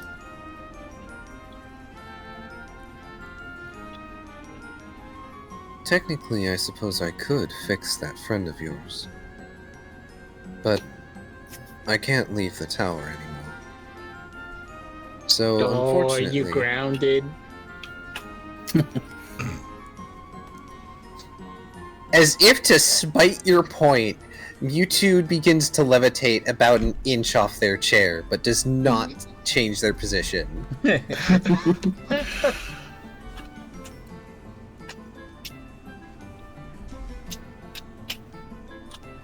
You could say that. Bit more complex than that. But it's not like I need to leave. Anyway, unfortunately you're going to need to get Hatterene. And dragging her out of her hiding hole is going to be a pain and a half. Do you know where she even is?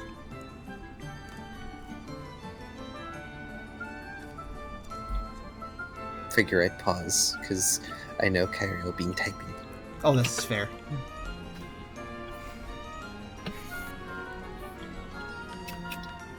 Also, I'm going to do a roll while I wait. This is an instinct roll. I want to see something.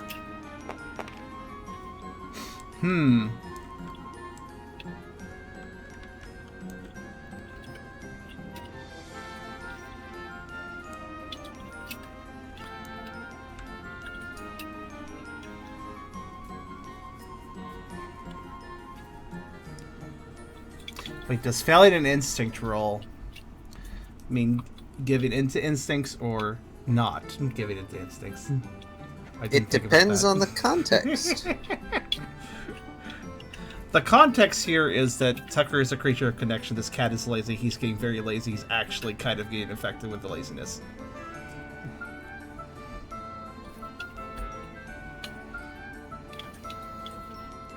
Also, the fire is cozy. You are getting cozy. Also, you've been treated to sugar. And sugar, which he is happily eating. Brooke tilts his head at the comment about the meeting, but seems to brush it off. So do you think Hatterene would want to help us?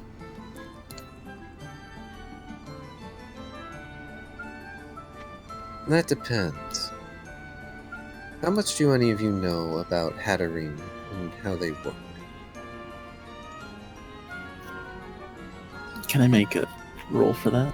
So, I don't think Tucker would have ever interacted with a Hatterene or the line at all at a Pokemon Ranch. No, I was gonna say Tucker would just be like shaking his head, like, So, yeah, I don't know. Rida, Brooke, and Ralph can make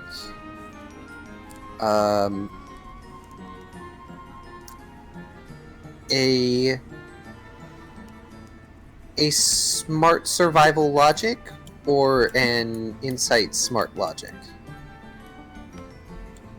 Okay. Tucker would actually express, Not much at all. and he kind of tries to shake his head, but he's too flopped the side of his head on the chair arm, so it's just kind of a head wriggle. They apparently know everything Alrighty. about them. Alrighty, a smart what? Either a smart survival logic or an insight smart logic. For you, it would be the same roll either way. Yeah. Also, yeah, Tucker, your and Luxray's chairs have padded arms, so there might be a reason for that. Also, I liked it that the roll was basically a roll to control instincts, so Yo. low was bad. Technically. Also, Alright. that was not low. Holy crap. Holy I said, cannoli. yo. That's So- a I yo don't know roll. everything.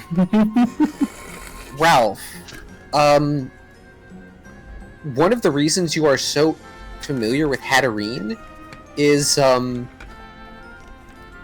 there may or may not have been a Hatterene in the possession of the company therapist that you were mandated to go to at one point. Ooh, that's good. Oh, yeah. So, Oh, yeah, Hatterene, I list off its typings, average height, and I just, yeah. Just Sorry, Pokedex at him. so two important things are, well, a few of its important things are its typing, as in Psychic Fairy. The fact that it is naturally a healing kind of Pokemon, because they get, what is it, Aqua Drop, or whatever that move is in their first stage. I don't know actually much about them. I never used them. It's a water healing move, interestingly. If I could learn it. Oh, you could learn it? Life Dew. No, looked it up. I can't. Like, not naturally, Aw. but Life imagine Dew if I could. is learned actually only. Ironically, it's learned by very few water types. Yeah, funnily enough. But also that Hatterene react intensely to the emotions of nearby things. Sometimes to the point of violence if it's overwhelming. So the fact that she hides away in this tower is not surprising at all. But also that is the key fact that both Ralph and Rida would know about Hatterene as a species that explains their behavior and why this might be a little more difficult than you think. I vaguely remember saying about how Hatterene is actually very violent in certain situations or something. Yeah. Yep. Meanwhile, Brooke knows the trainer stuff about Hatterene for the most part. Mm-hmm. They're a psychic fairy. They're actually quite powerful, and they make for decent healers if they need to be.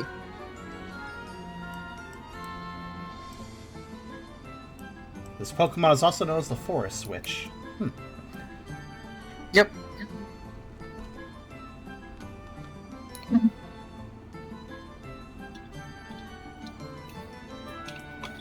Has the ability to sense the emotions of creatures from over 30 miles away. And will become enraged and attack if it senses any hostility. That was it. So if Sensitive to someone tries to get emotions. violent, it should draw it out. Yeah. That's the G-Max version. Oh, okay. I see, yeah. Thankfully not the non-G-Max.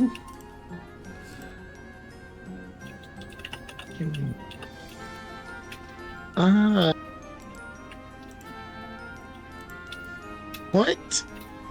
I suppose I don't need a roll to talk at Mewtwo since he can act like... I mean, if you want to attempt like a private telepathic message to Mewtwo, you are free to. Yeah, I'm gonna attempt one. Okay. Mewtwo has like an open connection, so it is not difficult to you. Oh, cool. So he has there's no password on his Wi-Fi. He's that chill. Well, He's like, and, oh, someone hacking my Wi-Fi? Whatever, I could hack them back. I'm gonna push the question towards him. It's like, so you must have known.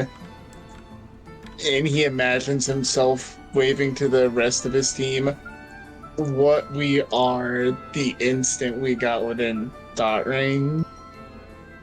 But you can't be the same Mewtwo that I know of, right?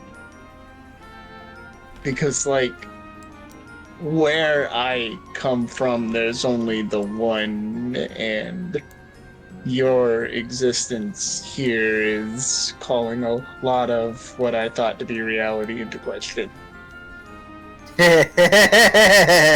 Okay, let me read Brooke's line, then I will reply to you.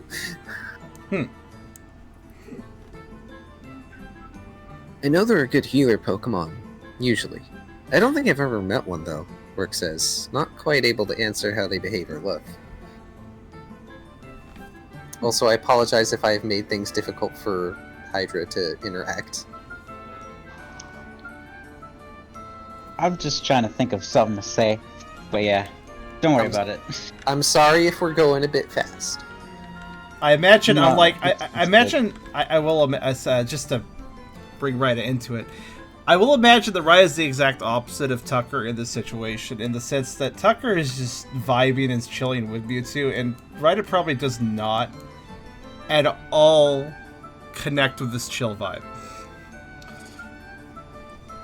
Sorta, yeah, just kinda confused and interested, trying to sorta analyze in the way Tucker does, but not emotionally, just, I don't understand.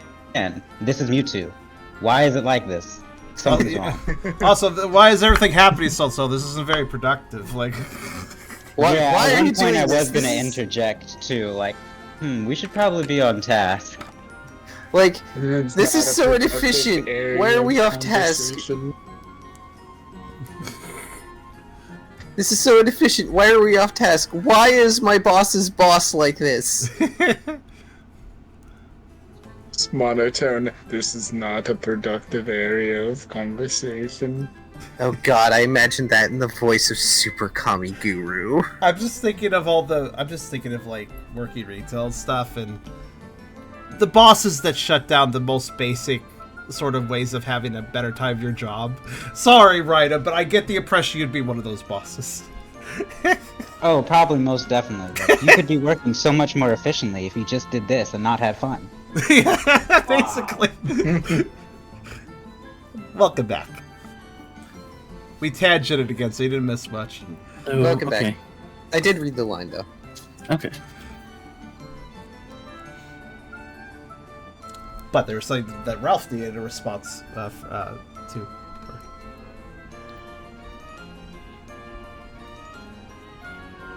I'm gonna assume it's a private response then. Oh, you did miss that line. What Ralph said. Yes, Ralph asked a thing of Mewtwo via private telepathic link, and Okay. Mewtwo responded. Neat. Oh, it was private. Okay. Yes. I would normally like say it publicly, but No, you it's all fine. were also like doing open roleplay, which is awesome. And I decided, you know what? I'm just going to do this private. But yeah, Mewtwo currently has a bit of a smug/coy look on their face. As a new theory enters Ralph's mind.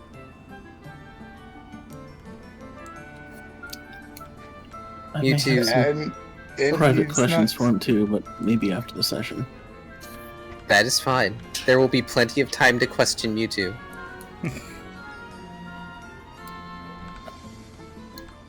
Mewtwo just sort of sips on his tea a little bit and sets it down. Okay. Well, I've located Hatterene. Just in case you all thought I wasn't actually doing anything. Florence grumbling in his seat, folding his arms, being like, wish I could do something just sitting there doing nothing.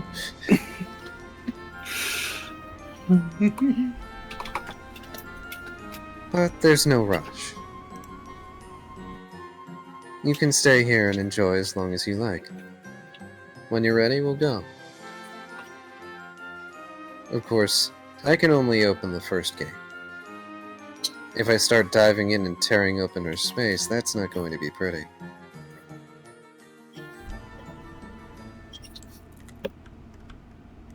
Well, we don't want to be rude.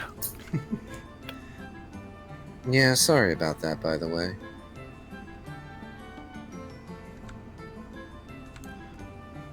Tucker kind of wills himself to kind of sit up again and kind of nods. Yeah, let's do it. It's kind of obvious he's kind of fighting off a caddish/doggishness, laziness himself, but he still wants to be on task ultimately, too.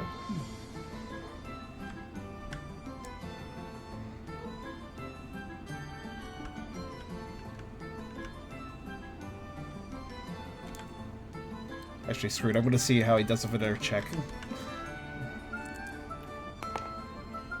Oh, he's still suffering.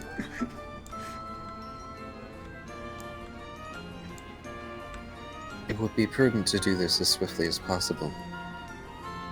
After all, the less we're here, the less we drain on the library's resources.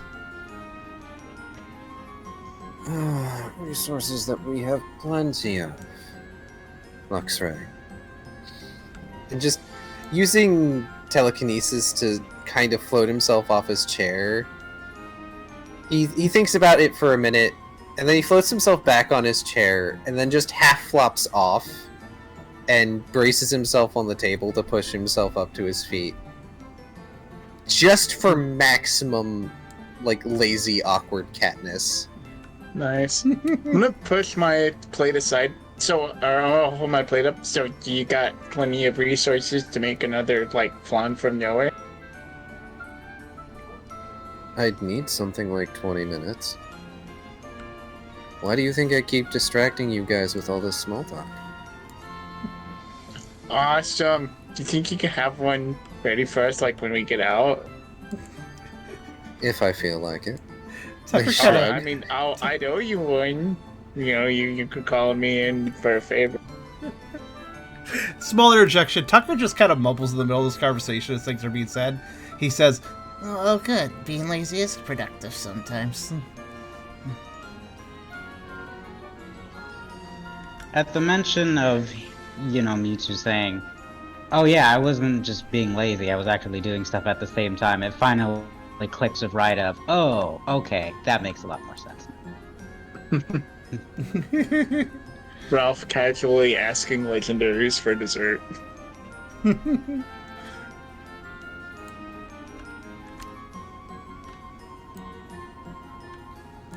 actually, here's a little aside question. How is the quality of the flan? Say, compared to Rise's cooking. It's good quality flan. There is something about it that is not the same as, Rise's cooking. It doesn't have that same homemade sort of flavor.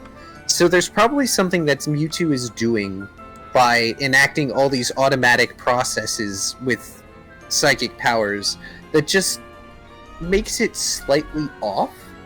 It's not that it's bad or even mediocre. It's still tasty. But there is just something slightly off about it. Like how it's often described, like, if you were to magic up food, it would probably be bland. Yeah, or at not taste terribly flavorful, not terribly. Yeah, it uses instant mix powder. Yeah, it's kind of like that. The difference between it still tastes good. buying a ready-made pie and baking a pie with one of those grandmas that have superpowers. Okay, so it's confirmed. Psychic-type Pokemon can basically make artificial food. those sort of packaged meals and stuff like that. That's what they can do. Microwave dinners, etc. Yes, those grandmas I'm talking about. The ones who they look like a spoon, but really it's a magic wand. They wave their magic wand over the frickin' stove and they pull out the cookies. It's like, oh yeah. But hey, why now, do you think I'm so good at one. making cookies? But hey, now it's not a dig against this though, because sometimes you just want a microwave meal, right? Yeah. Mm-hmm. Oh no, I'm sorry, Kyrio. That's okay, Kyrio. The I know it's lazy getting cat late. vibes have hit you as well. Well, I know it's getting late as well. So it's very understandable. And I understand if you need to stop doing voice.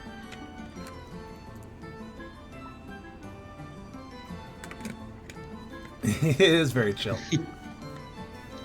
I would like to point out, Ryder hasn't touched their flan. It's just sort of been sitting there. Because they've just been too focused on Mewtwo. so you don't want yours or like? Ralph, roll a single die. Why are you making Ralph roll? Oh, I see what you're doing. Oh no. It's the same. So Tucker was starting to sniff over to it at some point when he noticed that Ryder wasn't eating it. But I guess that Ralph it was a tie. If it wasn't a tie, I would have given to whoever wins. But seeing as it is a tie, Ryder just floats it over to Brooke. Aww. Tucker watches it float away. With a head Just crane. sad puppy eyes. It's like, oh, but. Well, there it goes. Oh, sweet, Burke says, and I assume consumes the flan. Immediately. It is tasty and sweet. It's something you haven't had for the longest time since becoming Pokemon.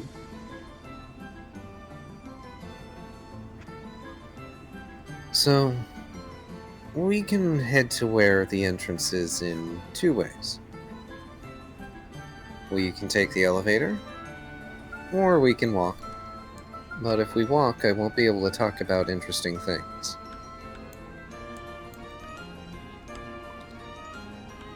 I There's like an interesting elevator? things. There's an elevator? Burke asks.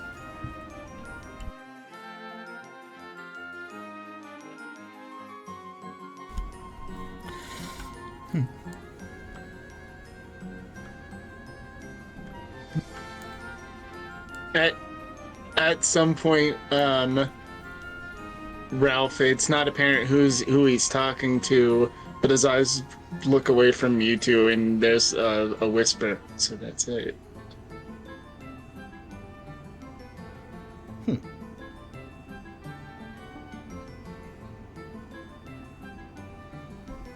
Tucker might pick up on that. Lazy as he is, his ears are still perky. Yeah, and I am closest to you. Yeah. But I don't elaborate further. Tucker doesn't question it, but he does note it.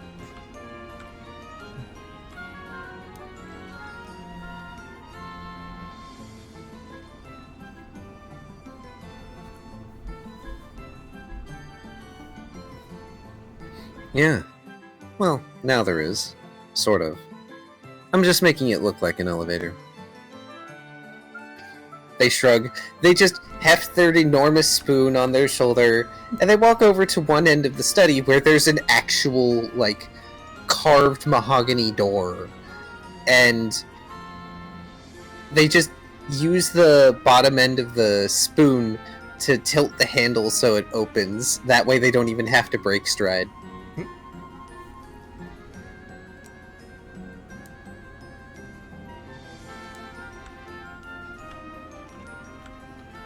Mewtwo gives me the vibe of, I just want to chill alone, but if I get visitors, I guess that gives me an excuse to get some exercise.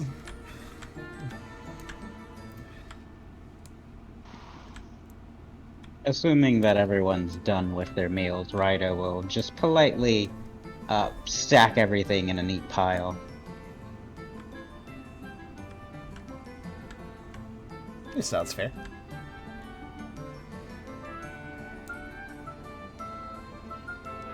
Tucker does manage to kind of flop off his chair without the gracefulness of any sort of psychic levitation, of course, and saunter over to where Mewtwo is setting up things. Luxray will politely push his chair away from the table and leave it and head over. Fact check, does Zoroark's hotel have an elevator? I don't believe so. I'm pretty sure there are stairs. I believe there were stairs. There might have been dumb waiters, but I don't think you guys interacted with those at all. No, I think it was the Alamolamola Hotel. Oh, Hotel Alomo, sorry. That had the dumb waiter. I agree, but we Surprisingly shouldn't more insult hotels the than I waiters so remember. much. Yeah, there's two that we know of. Or that have been addressed, I think. And then there was Mudbrace Place, which is effectively a bed and breakfast. It is, but also not really.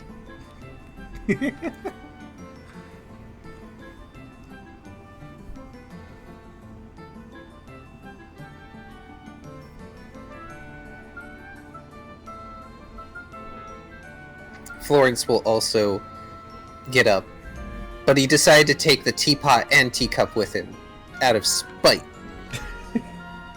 Just so he can continue to do the grumpy tea face. Tucker, misreading the situation, just notices and says, Wow, you must really like that tea. He forces a smile to Tucker, because Tucker is just too innocent for him to, like, do a mad face at Tucker. Aye, wee lad, that's exactly right. Oh, it's definitely why I brought the tea along. Certainly not so I can shut myself up. And he just goes back to holding the cup in front of his face. He's not even sipping the tea right now, it's an excuse. Well, that's the most human thing I've seen since we woke up here, Brooke says when the elevator shows up. It's not even that it showed up, it's almost like it was always there.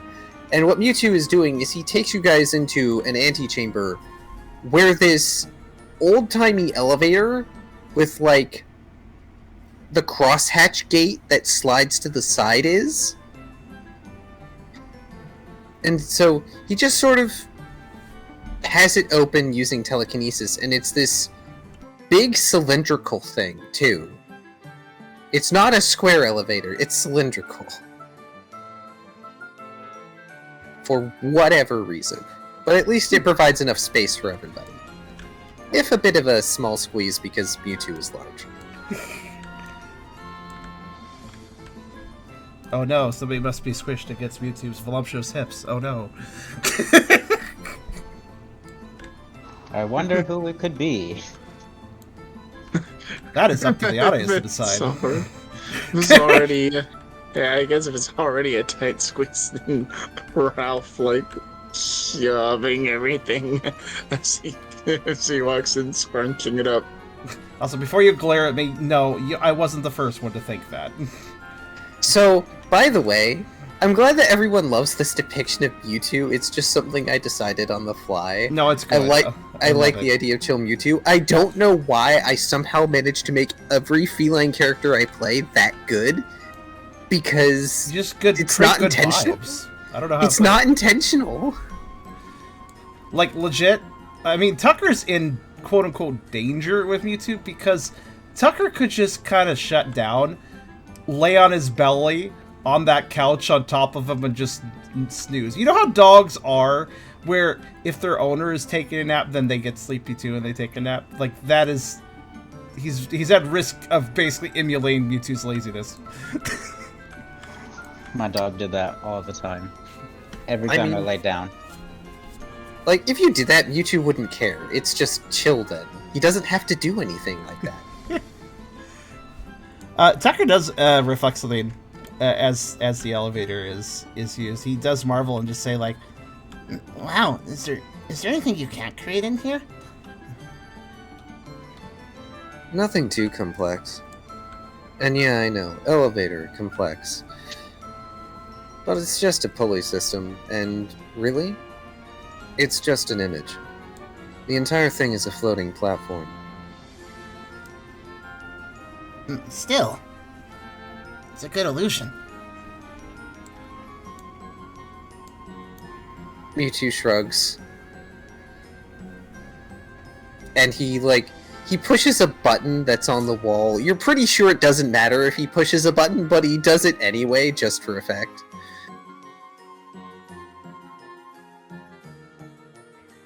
So, since we're in a private space for now, I'll give each of you one question, and I promise to answer as honestly as I can.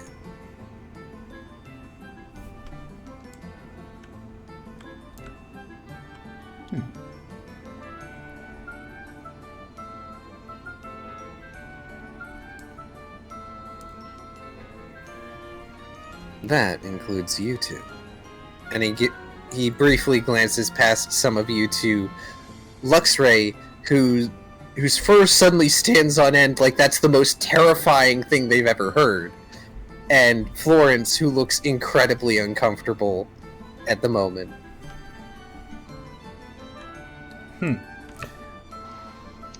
I know my question, but I want to ask it after at least two people. Tucker also notes that Florence's and Luxray's reactions throughout this entire meeting with Mewtwo. As lazy as he has been, he still notices how people are reacting. And he does find it a bit odd. If it isn't obvious by now, Tucker isn't intimidated by something or someone being powerful.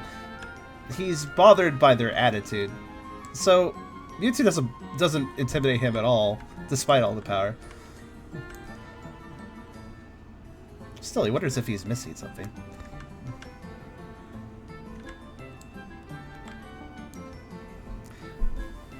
Questions, though.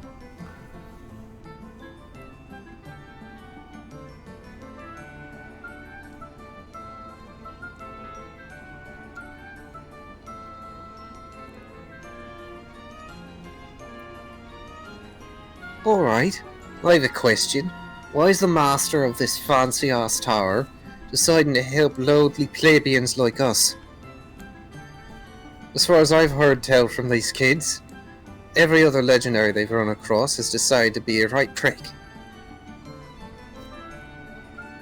Do I really seem like every other legendary to you? Well, no. Come on, Florence. I know my reputation precedes me. Fact is, there's no point in acting that way. It's too much stress and energy.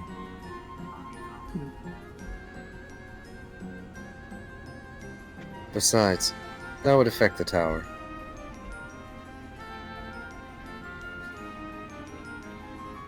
And you all are probably the first ones to come looking for me that haven't actually wanted something from me.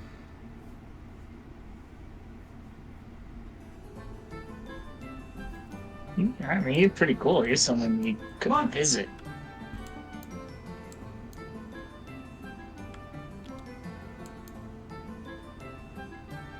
Tucker also does pipe up on Florence's statements after they talk.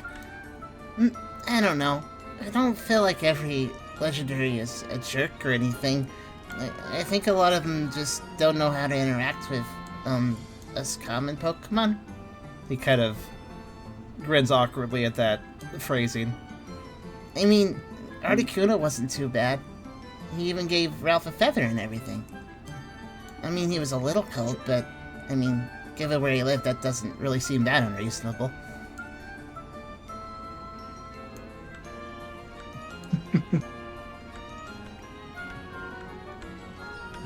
Oh, yeah. Ralph's mouth opens. There's a slight bit of hesitation, and yes. So, is my assessment correct? That depends on your assessment. You have a lot of them going on right now. You're going to have to pick one out. He clenches his fist a little bit.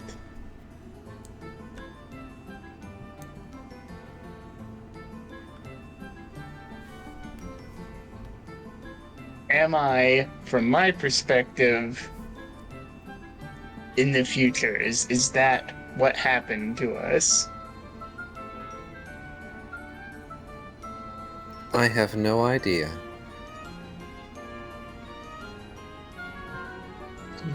Don't.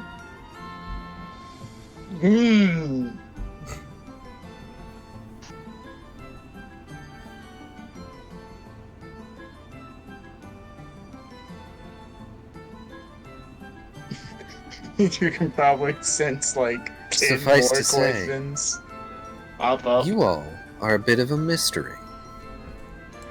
And I like those.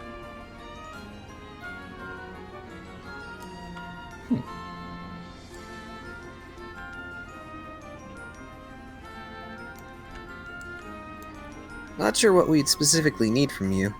I didn't even know what a Mewtwo was, Brooke says with a chuckle. It's not a Pokemon I've ever heard of.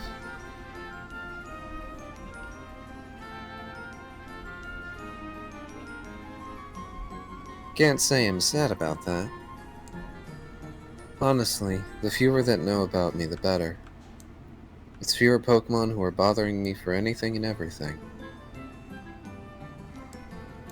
Like that silly friend of yours downstairs. The one who wants to be strong. I've had Pokemon coming to me asking for a shortcut before.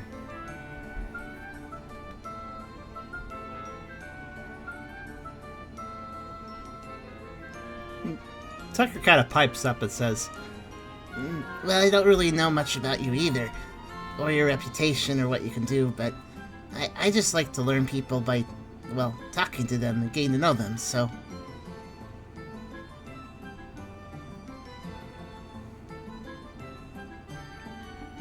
What about you? What's your question? We're about halfway down now. Might want to hurry. Oh.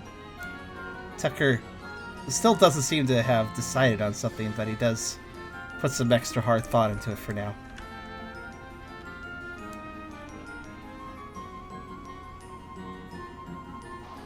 I suppose while Tucker is thinking, I can ask my question. My question does not pertain to the current situation. Rather, I wish to know what is the dead star, both physically and to you personally.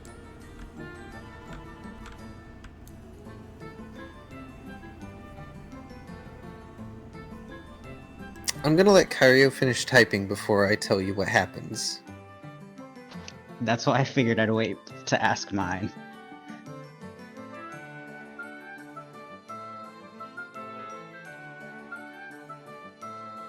I figured that's what the question would be, but there's a very specific response about how this happens. Yeah, you don't really name drop that, and it just be a simple shrug. He could! But he won't. This is correct!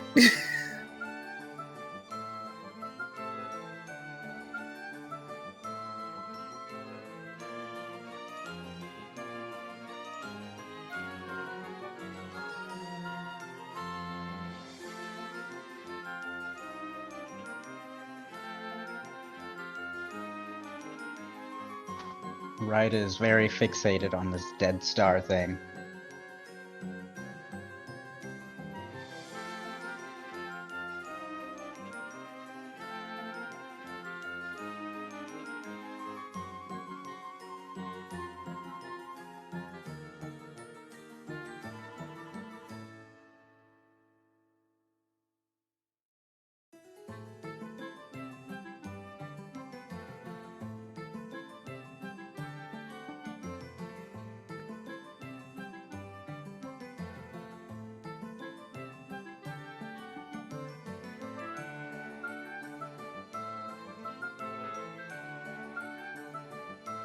Also, I should clarify, Tubby, that Mewtwo both is and is not messing with you with his response.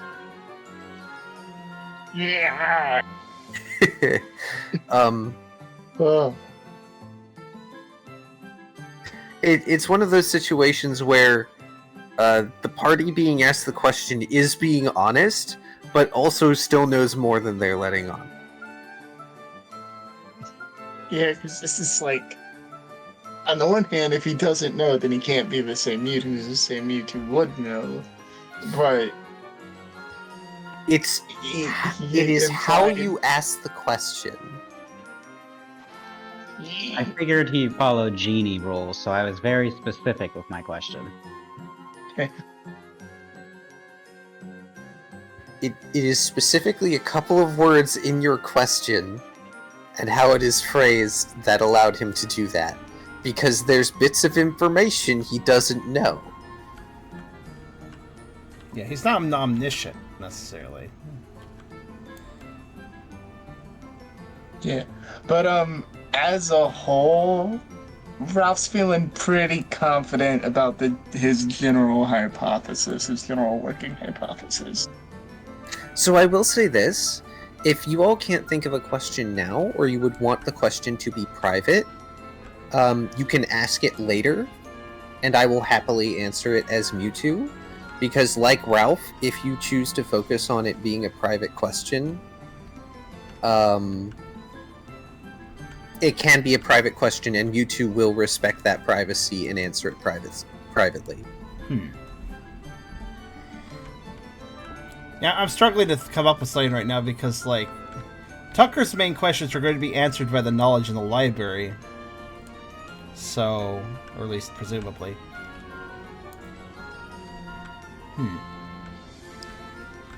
There will be time. You guys can think of questions and ask them whenever. If you wanted, you could even make use of the Discord server questions channel. Just for novelty's sake. But that aside, I will, for now, move on to Ryda's question and what that question garners. Okay. So, there's this grinding, squealing noise as the elevator comes to a relatively sudden halt. And you get the immediate sense you have not reached your destination yet. And Mewtwo is sort of fiddling with their spoon stave. Because I could call it whatever I want. I could call it Giga Spoon. You all know what I'm referring to. And he looks kind of serious and contemplative.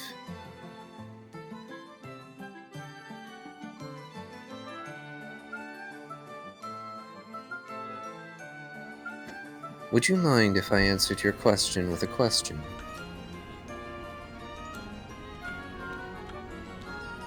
Very well then.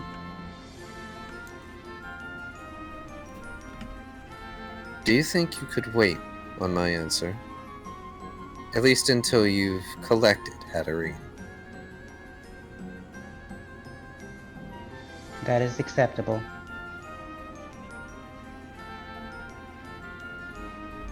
I would request that the ex-archivist and Florence not be there, but I understand that they'll probably be listening anyway.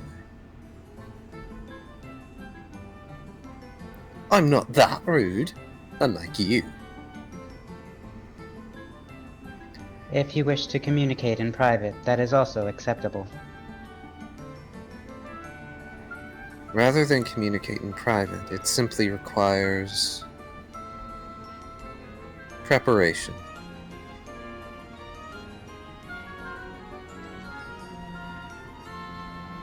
There are things I would need to tend to before giving that information to all of you. What little information I possess.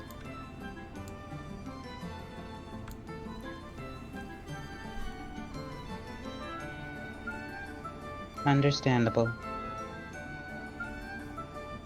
After you have finished acquiring Hatterene's assistance, of which I have little... Pardon me. Sorry. Of which I have little doubt you will be able to garner it. Then I will take your question.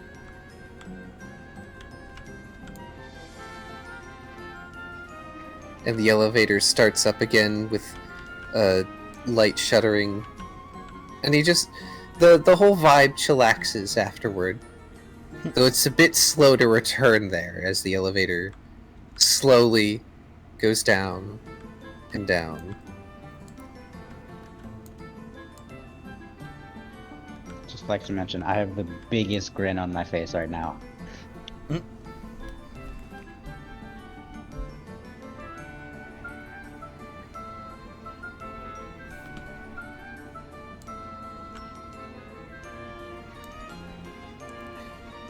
And as for you, Mr. Bard,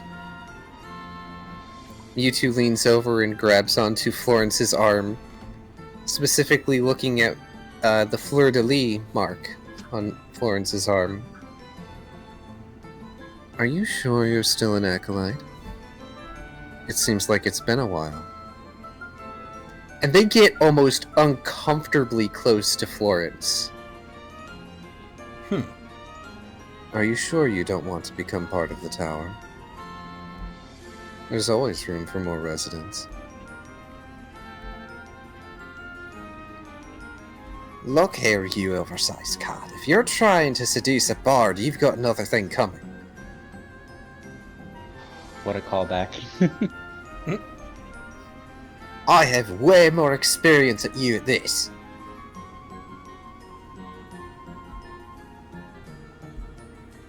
And then Mewtwo just shrugs and goes back to giving Florence his personal space. Florence has now been divested of the cup and teapot, which he only notices about a minute later when he goes to sip the tea and finds it's not there.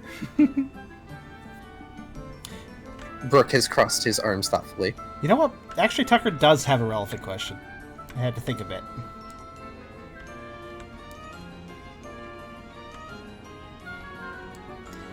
Tucker will, assuming I'm allowed to have the floor.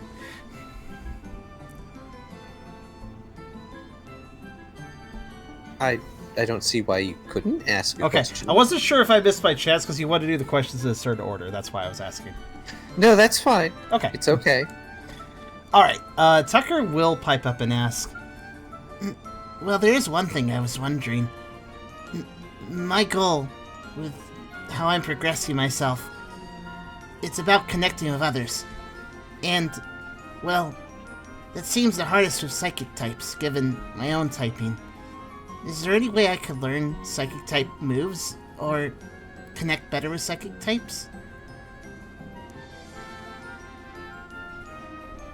Well, so long as you've got the spoon, telepathy isn't out of the question.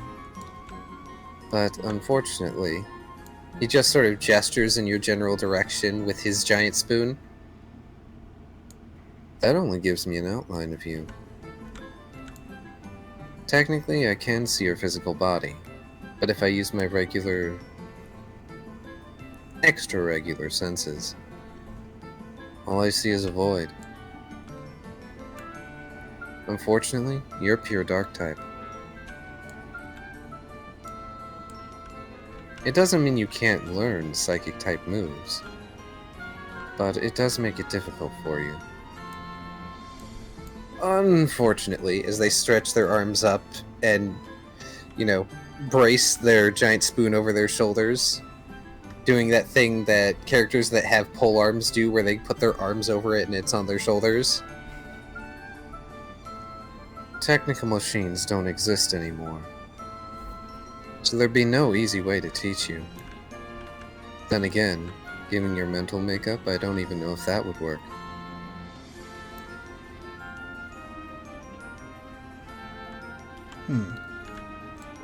Tucker processes this thoughtfully. The void, huh? I wonder. Just because you're a void to me and other psychics, doesn't mean you aren't there. Nothing is still something. He smiles. There's a ding as the elevator stops and the gate opens. Tucker kind of mumbles the last little thing. Well, I can work with something.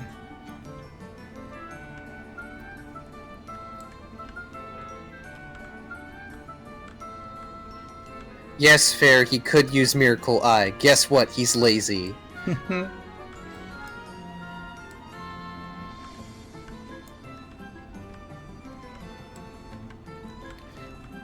Tucker has a new goal. I'm going to write something down.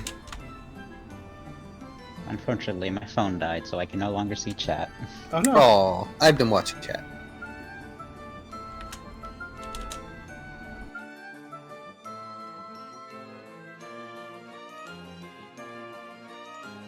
I am very curious, though, seeing that when you said Mewtwo would have to do a special reaction, I thought it was going to be more of just like a serious, angry thing, which somewhat did. But he actually was like, I need to come back to this. Yep. Later, which I find interesting. There's reasons for him to come back to it later. It's not that he couldn't answer some of it now. At risk of minor spoilering or just like showing inner thought processes, for Mewtwo, it would be a matter of the answer would be unsatisfactory. I see.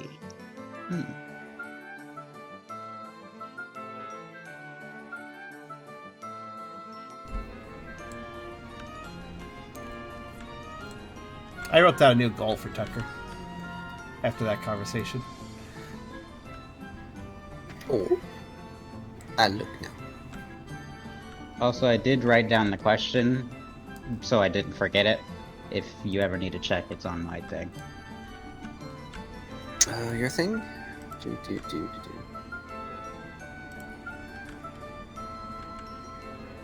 Ah, yes, your question. Okay, perfect.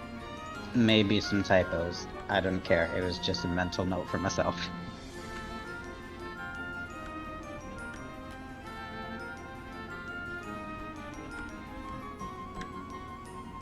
Ah, yes. I see.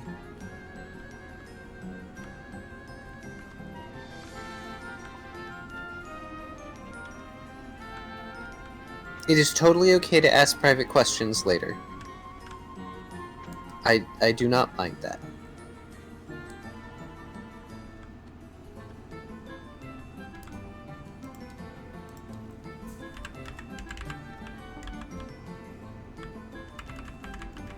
Like I said earlier, like if you guys think of a private question and you want to send it to me in private later, or you want to use the Ask Us Questions channel or what have you, I am totally okay with doing that. Fair.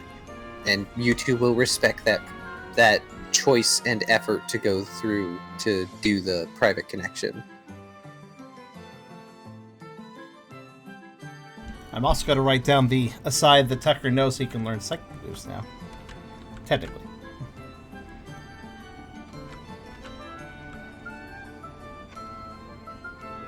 He only bends the rules that make the least sense to follow.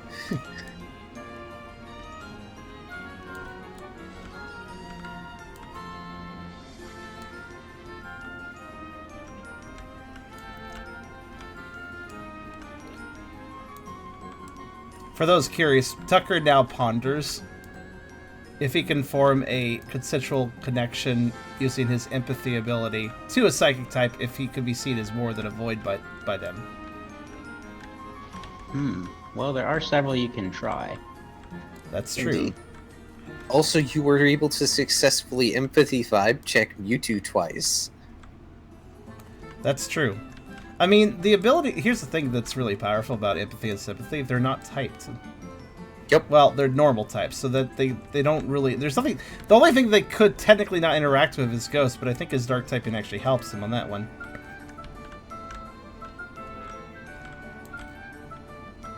Then again, he's never... Actually, no, he did! Totally! There was a very significant Ghost type empathy use, so... Yeah. It's almost like connection is universal. That's what Tucker thinks. Wow. And that's why him being seen as a void to Mewtwo is dissatisfying for him because he'd like to be seen as more than that. But he thinks he can probably turn that around. Maybe. Yeah, well, there's some psychic types here now. So like Mewtwo stated, they can see your physical body, but using their psychic senses, Tucker is a void. Which can be useful, but it also can be detrimental. Which is kind of amusing because even if Mewtwo were blind for whatever reason, Tucker being a void in this place just makes him really easy to find. Actually, yeah, because, I mean, if you're used to everything being one way and then there's something that's just devoid of that one way, it's going to be noticeable. Well, it's one of those things where even a psychic outside of the tower, for instance, say there was a psychic that was using their abilities to see or to sense around them, unless there was a lot of nothing, similar to like how Tucker's life sense and Riley's aura sense have worked, unless there is a lot of, nothing, it would be easy to find a void in an area that has stuff. It's how like negative a large space works. Plant-covered crater in the middle of a dense seaside town. Yeah. Also, for anybody who is wondering why Tucker is maybe a little obsessed with this whole notion, Vespican was saved due to it, partially. And then, of course, there was... My brain is drawing a blank. The ghost that was fought. Names are hard. Which he also used his ability basically in the fight. Kind of was rough on him, too, but... Miss Maggie is question Yes, mark? Miss Magius. Yes. Setting aside tangents, since the elevator has stopped, and I know it's getting late. Let's work on other colors than tan, sure. Here we go. Burke says as the elevator stops, "Is there anything we can do for you? I feel we kind of just barged in, but you've been really accommodating. We're in the business of solving problems, so if we can help with something for you in return, I'd be happy to." "Well, consider that you already are. Hatterene likes to hoard books and just sort of scuttle off to her corner of the library. I don't mind her doing that most of the time, but this time she's being a bit disruptive. I would normally just wait for it to pass, but since you're here and looking for them, Mewtwo shrugs as they step out of the elevator, leading you all into what looks like the outside. Huh. You pass through a small passageway, and there's grass and plants and trees, and it's being tended to by Execute and an Executor, and there's even this little winding river. And it looks like it's daytime at the moment, and there's just some soul rock that are floating about right now. But when you look up, you all notice that this exterior curves into a dome. So it's a very convincing outside, but it's not.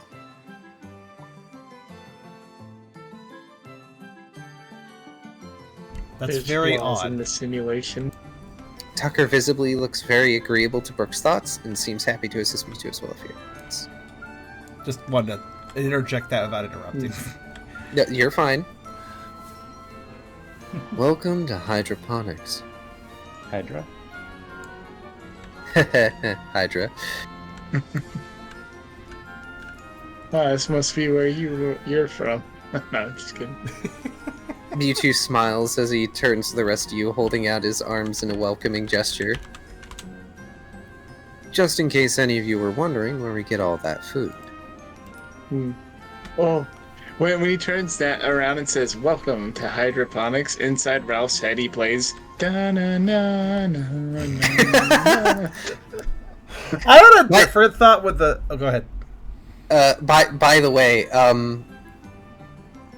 I don't remember what tune I had in mind for this, but like Ralph, you hear a radio static sound as if he's switching the channel, and it's an entirely different song.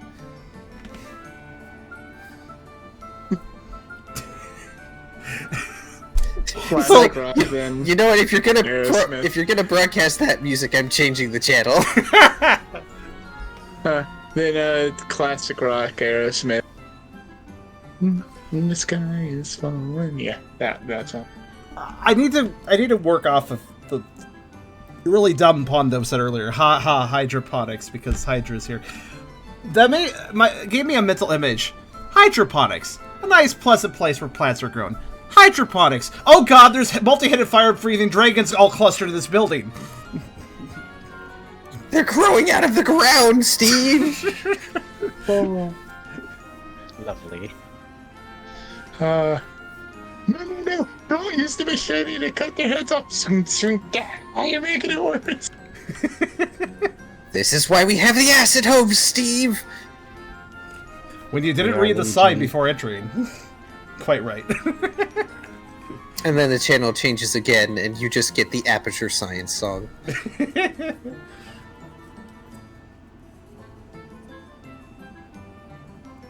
This really has been the tangent episode, but at least they've been entertaining, the tangents. It's been fun. It's been a very chill episode. I'm sorry for I think- all the tangents. Yeah, no, I think if I learn that trick, I'm gonna broadcast Rick Astley into people's heads. I'm gonna giggle from across the room. It's gonna be great. Good night, Beers. I think we're gonna be retiring soon, anyways. I'm glad I As a know matter that's of out of. fact- I'm glad I know that's out of character. Otherwise, Mewtwo would threaten you with disable. As a matter of fact, Ralph doesn't have to be a full psychic type to psychically project that song into the heads of everyone watching. Don't you dare. No, No, we're moving on. Copyright, I'm just gonna sing over you. So, as Mewtwo sort of leads you all about, it's actually a fairly spacious chamber with multiple different berry trees and bushes and other vegetation as well that is being grown, generally by the riverside as well.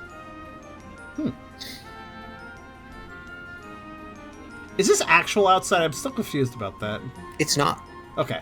It looks like a very convincing simulacrum of the outside. It's convincing enough that UV rays actually exist to grow the plants.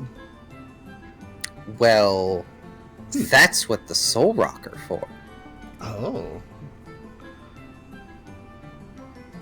This is where we grow all our crops. As you may have guessed, we're generally vegetarian around here. Fruitarian? Mix of them. In any case, meat is generally off the menu. That has to come from outside sources. Though we get what we need here. And he's generally gesturing about with a spoon in minimalistic movements.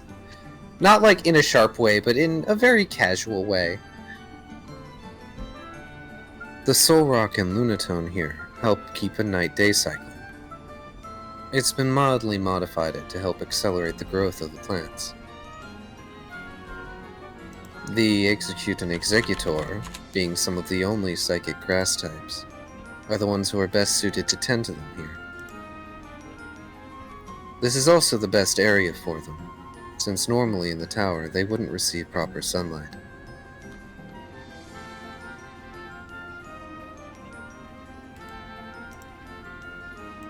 Okay. Would you be surprised to learn we're in the basement of the tower? I don't think anything surprises me anymore. Tucker says as he kind of marvels at the environment. And the frankly very clever use of Soul Rock and Lunatone in this environment. I was very tempted to have Ryda test that theory of not being surprised anymore by, like, using Double Team to just appear in front of you. Just a jump scare. Aww. Maybe being locked up down here wouldn't be that bad then. Brooke chuckles. You say that, but I bet you'd get bored. We don't exactly have a swimming pool. As you might have noticed with that Malamar, most of the aquatic types tend to bring their own water with them. BYOW.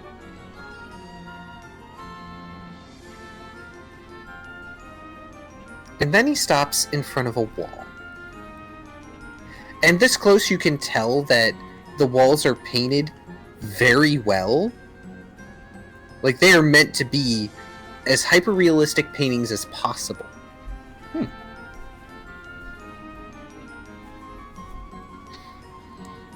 Alright. This is the crack that Hatterene escaped into. I make no promises, but nothing that you're going to encounter is going to be lethal. She might have set up some defenses and hazards, and she might send you to a few other places in the tower. But, if you're able to get to her, she'll have to listen to you. And it'll be better than me just dragging her out. I'm sorry, I'm using her, I'm supposed to use them.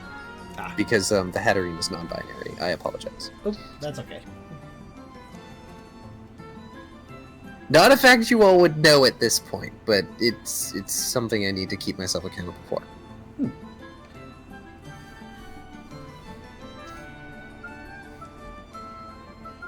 And I think you'd rather be on their good side, right? That generally helps to get information. And hopefully some books.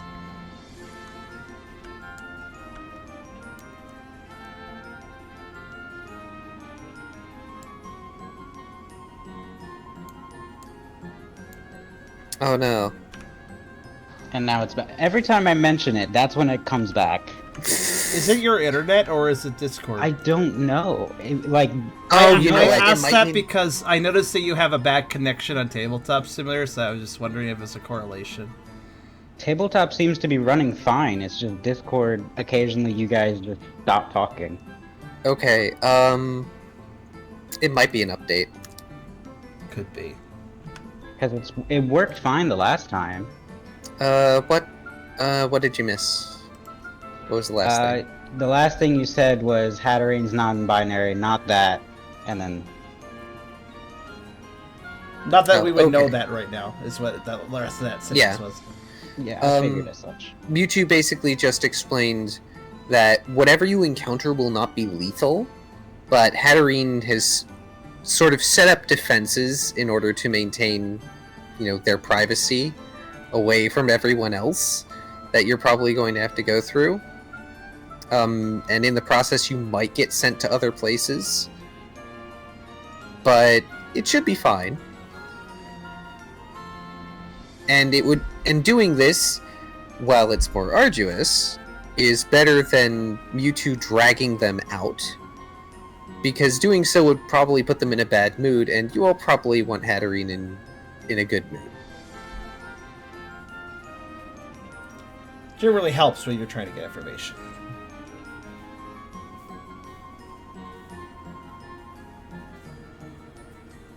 That said, if any of you want to stay behind, I can always just wait here. I don't have anything better to do.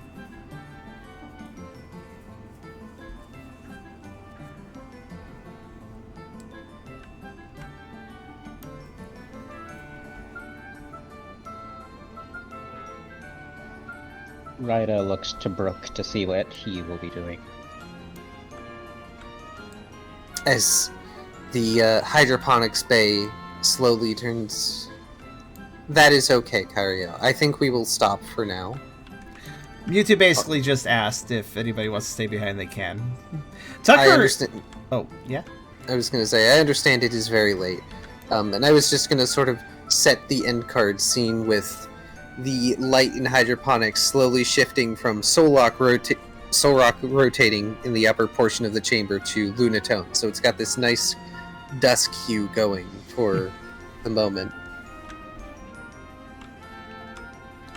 Looks for a dusk Lycanroc to show up. Nope, no psychic puppos. Aw. I think that's Wait a the one kind of puppo we don't have yet is a Yeah, psychic puppo. you just made me pause for thought. Like, yeah, actually, you're right. I think. There's a lot of I don't- types How of does Pokemon. Espeon count? Espeon is like a fox/cat. Evolutions are either considered foxes or cats. Mizuno Yeah, couldn't get over the fact that everybody considered him a fish cat, and he was like, "I'm not a fish, and I'm not a cat." Also, again, I don't know if there's any psychic puppos in new game. Don't tell me if there aren't. Don't tell me if there are. So, like, my information might be slightly faulty. But, True. Again, we're not doing anything with Scarlet Violet right now. Yeah. So I will just say, as an aside, that when YouTube made that offer of, like, people staying behind him, Tucker has chill vibes so hard at this point, he actually, like, looks like he might be considering it for a second before just kind of passing a thought, because he's a team. He's a team player. Yeah. But for now, everybody add to experience to yourselves. Okay. I don't think we'll be doing extra experience this time. We were very chill and tangential. None for the Dead Star question? No, Not serious. but mostly because that will probably be answered next time, depending on if you guys manage to get through what I have prepared. I wonder if on a later, more casual visit, Tucker could convince Mewtwo to engage in a concentrated bout of empathy connection with him to see if they can form something besides a void sense. I don't know. Mewtwo's got the chill, no care vibes going. I'm not sure if that would make it easier or harder. I personally think that Tucker can connect more easily with a target that is less tense, but I don't know. I don't see the connection failing. I see the problem being Mewtwo is still powerful, and that could... I mean, we've seen the connection feedback on Tucker before with other characters, so I do wonder what him doing that with a legendary would do. It might be somewhat dangerous, but like I don't think Mewtwo would intentionally try to hurt Tucker or anything. Yeah. I just think the power is just there, and it would possibly be overwhelming. Hey, well, before I go, I will say, Mewtwo did mention that he can't leave the tower. Not that he won't, that he can't. Oh yeah, Tucker picked up on that. Tucker already has positive. It probably has something to do with the fact that it's the tower is formed thanks to Mewtwo. So if Mewtwo left, it would be in bad shape, if not gone. Yep. So, for now, if everybody has all their experience, I would like to bid everyone a wonderful night, and for those of you who celebrate the holidays, have a happy holiday, or at the very least a safe holiday. And thank you for being wonderful players, and thank you for being a wonderful audience. You're just Thank you good. for having us. Kyrio, did you add experience? Since you're checked out, I just want to make sure. I believe Kyrio did. Okay. Well, this was a very lovely session. Thank you very much for hosting the game, Karserus, and thank you for playing with me. Everybody else on the table, while leaving the table. I hope you have... Mind if I... Oh, go Sorry. ahead. I was gonna ask, mind if I spend some XP? Yeah, go ahead. Okay. What are you gonna get? Let's watch. 2 things of evasion, which should be 12 since I have 0 in evasion. I correct? believe that is correct. Let me double check. It's a specialty, right? I believe so. Let's see. Evasion? Evasion is the least expensive of the 3. Which one is that? Yeah, that'd be a specialty. Because the tribute is the one on the left. Skill are the 3 on top, and then specialties are all the mini small ones. So, yes, you're right. 6 times current score, so that's going to cost you 12. 6 times 0, well, it's still 6. And then 6 Yeah, so times 12. 1 is 12, yeah.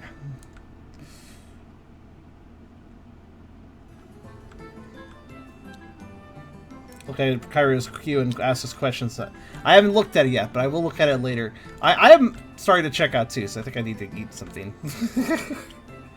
Yeah, 2 points in evasion. Remove your 12. You've already removed the experience, I assume? Yeah, okay.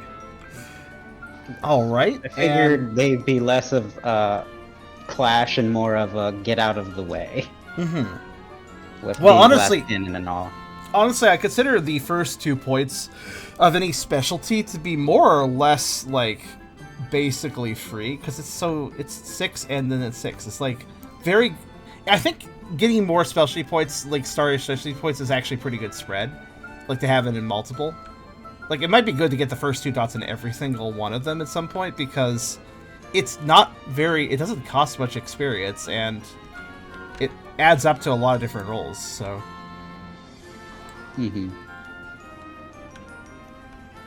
Because regardless of where the pip is, if the roll requires that it's an extra dice. It's not like the specialty points are weaker in some way.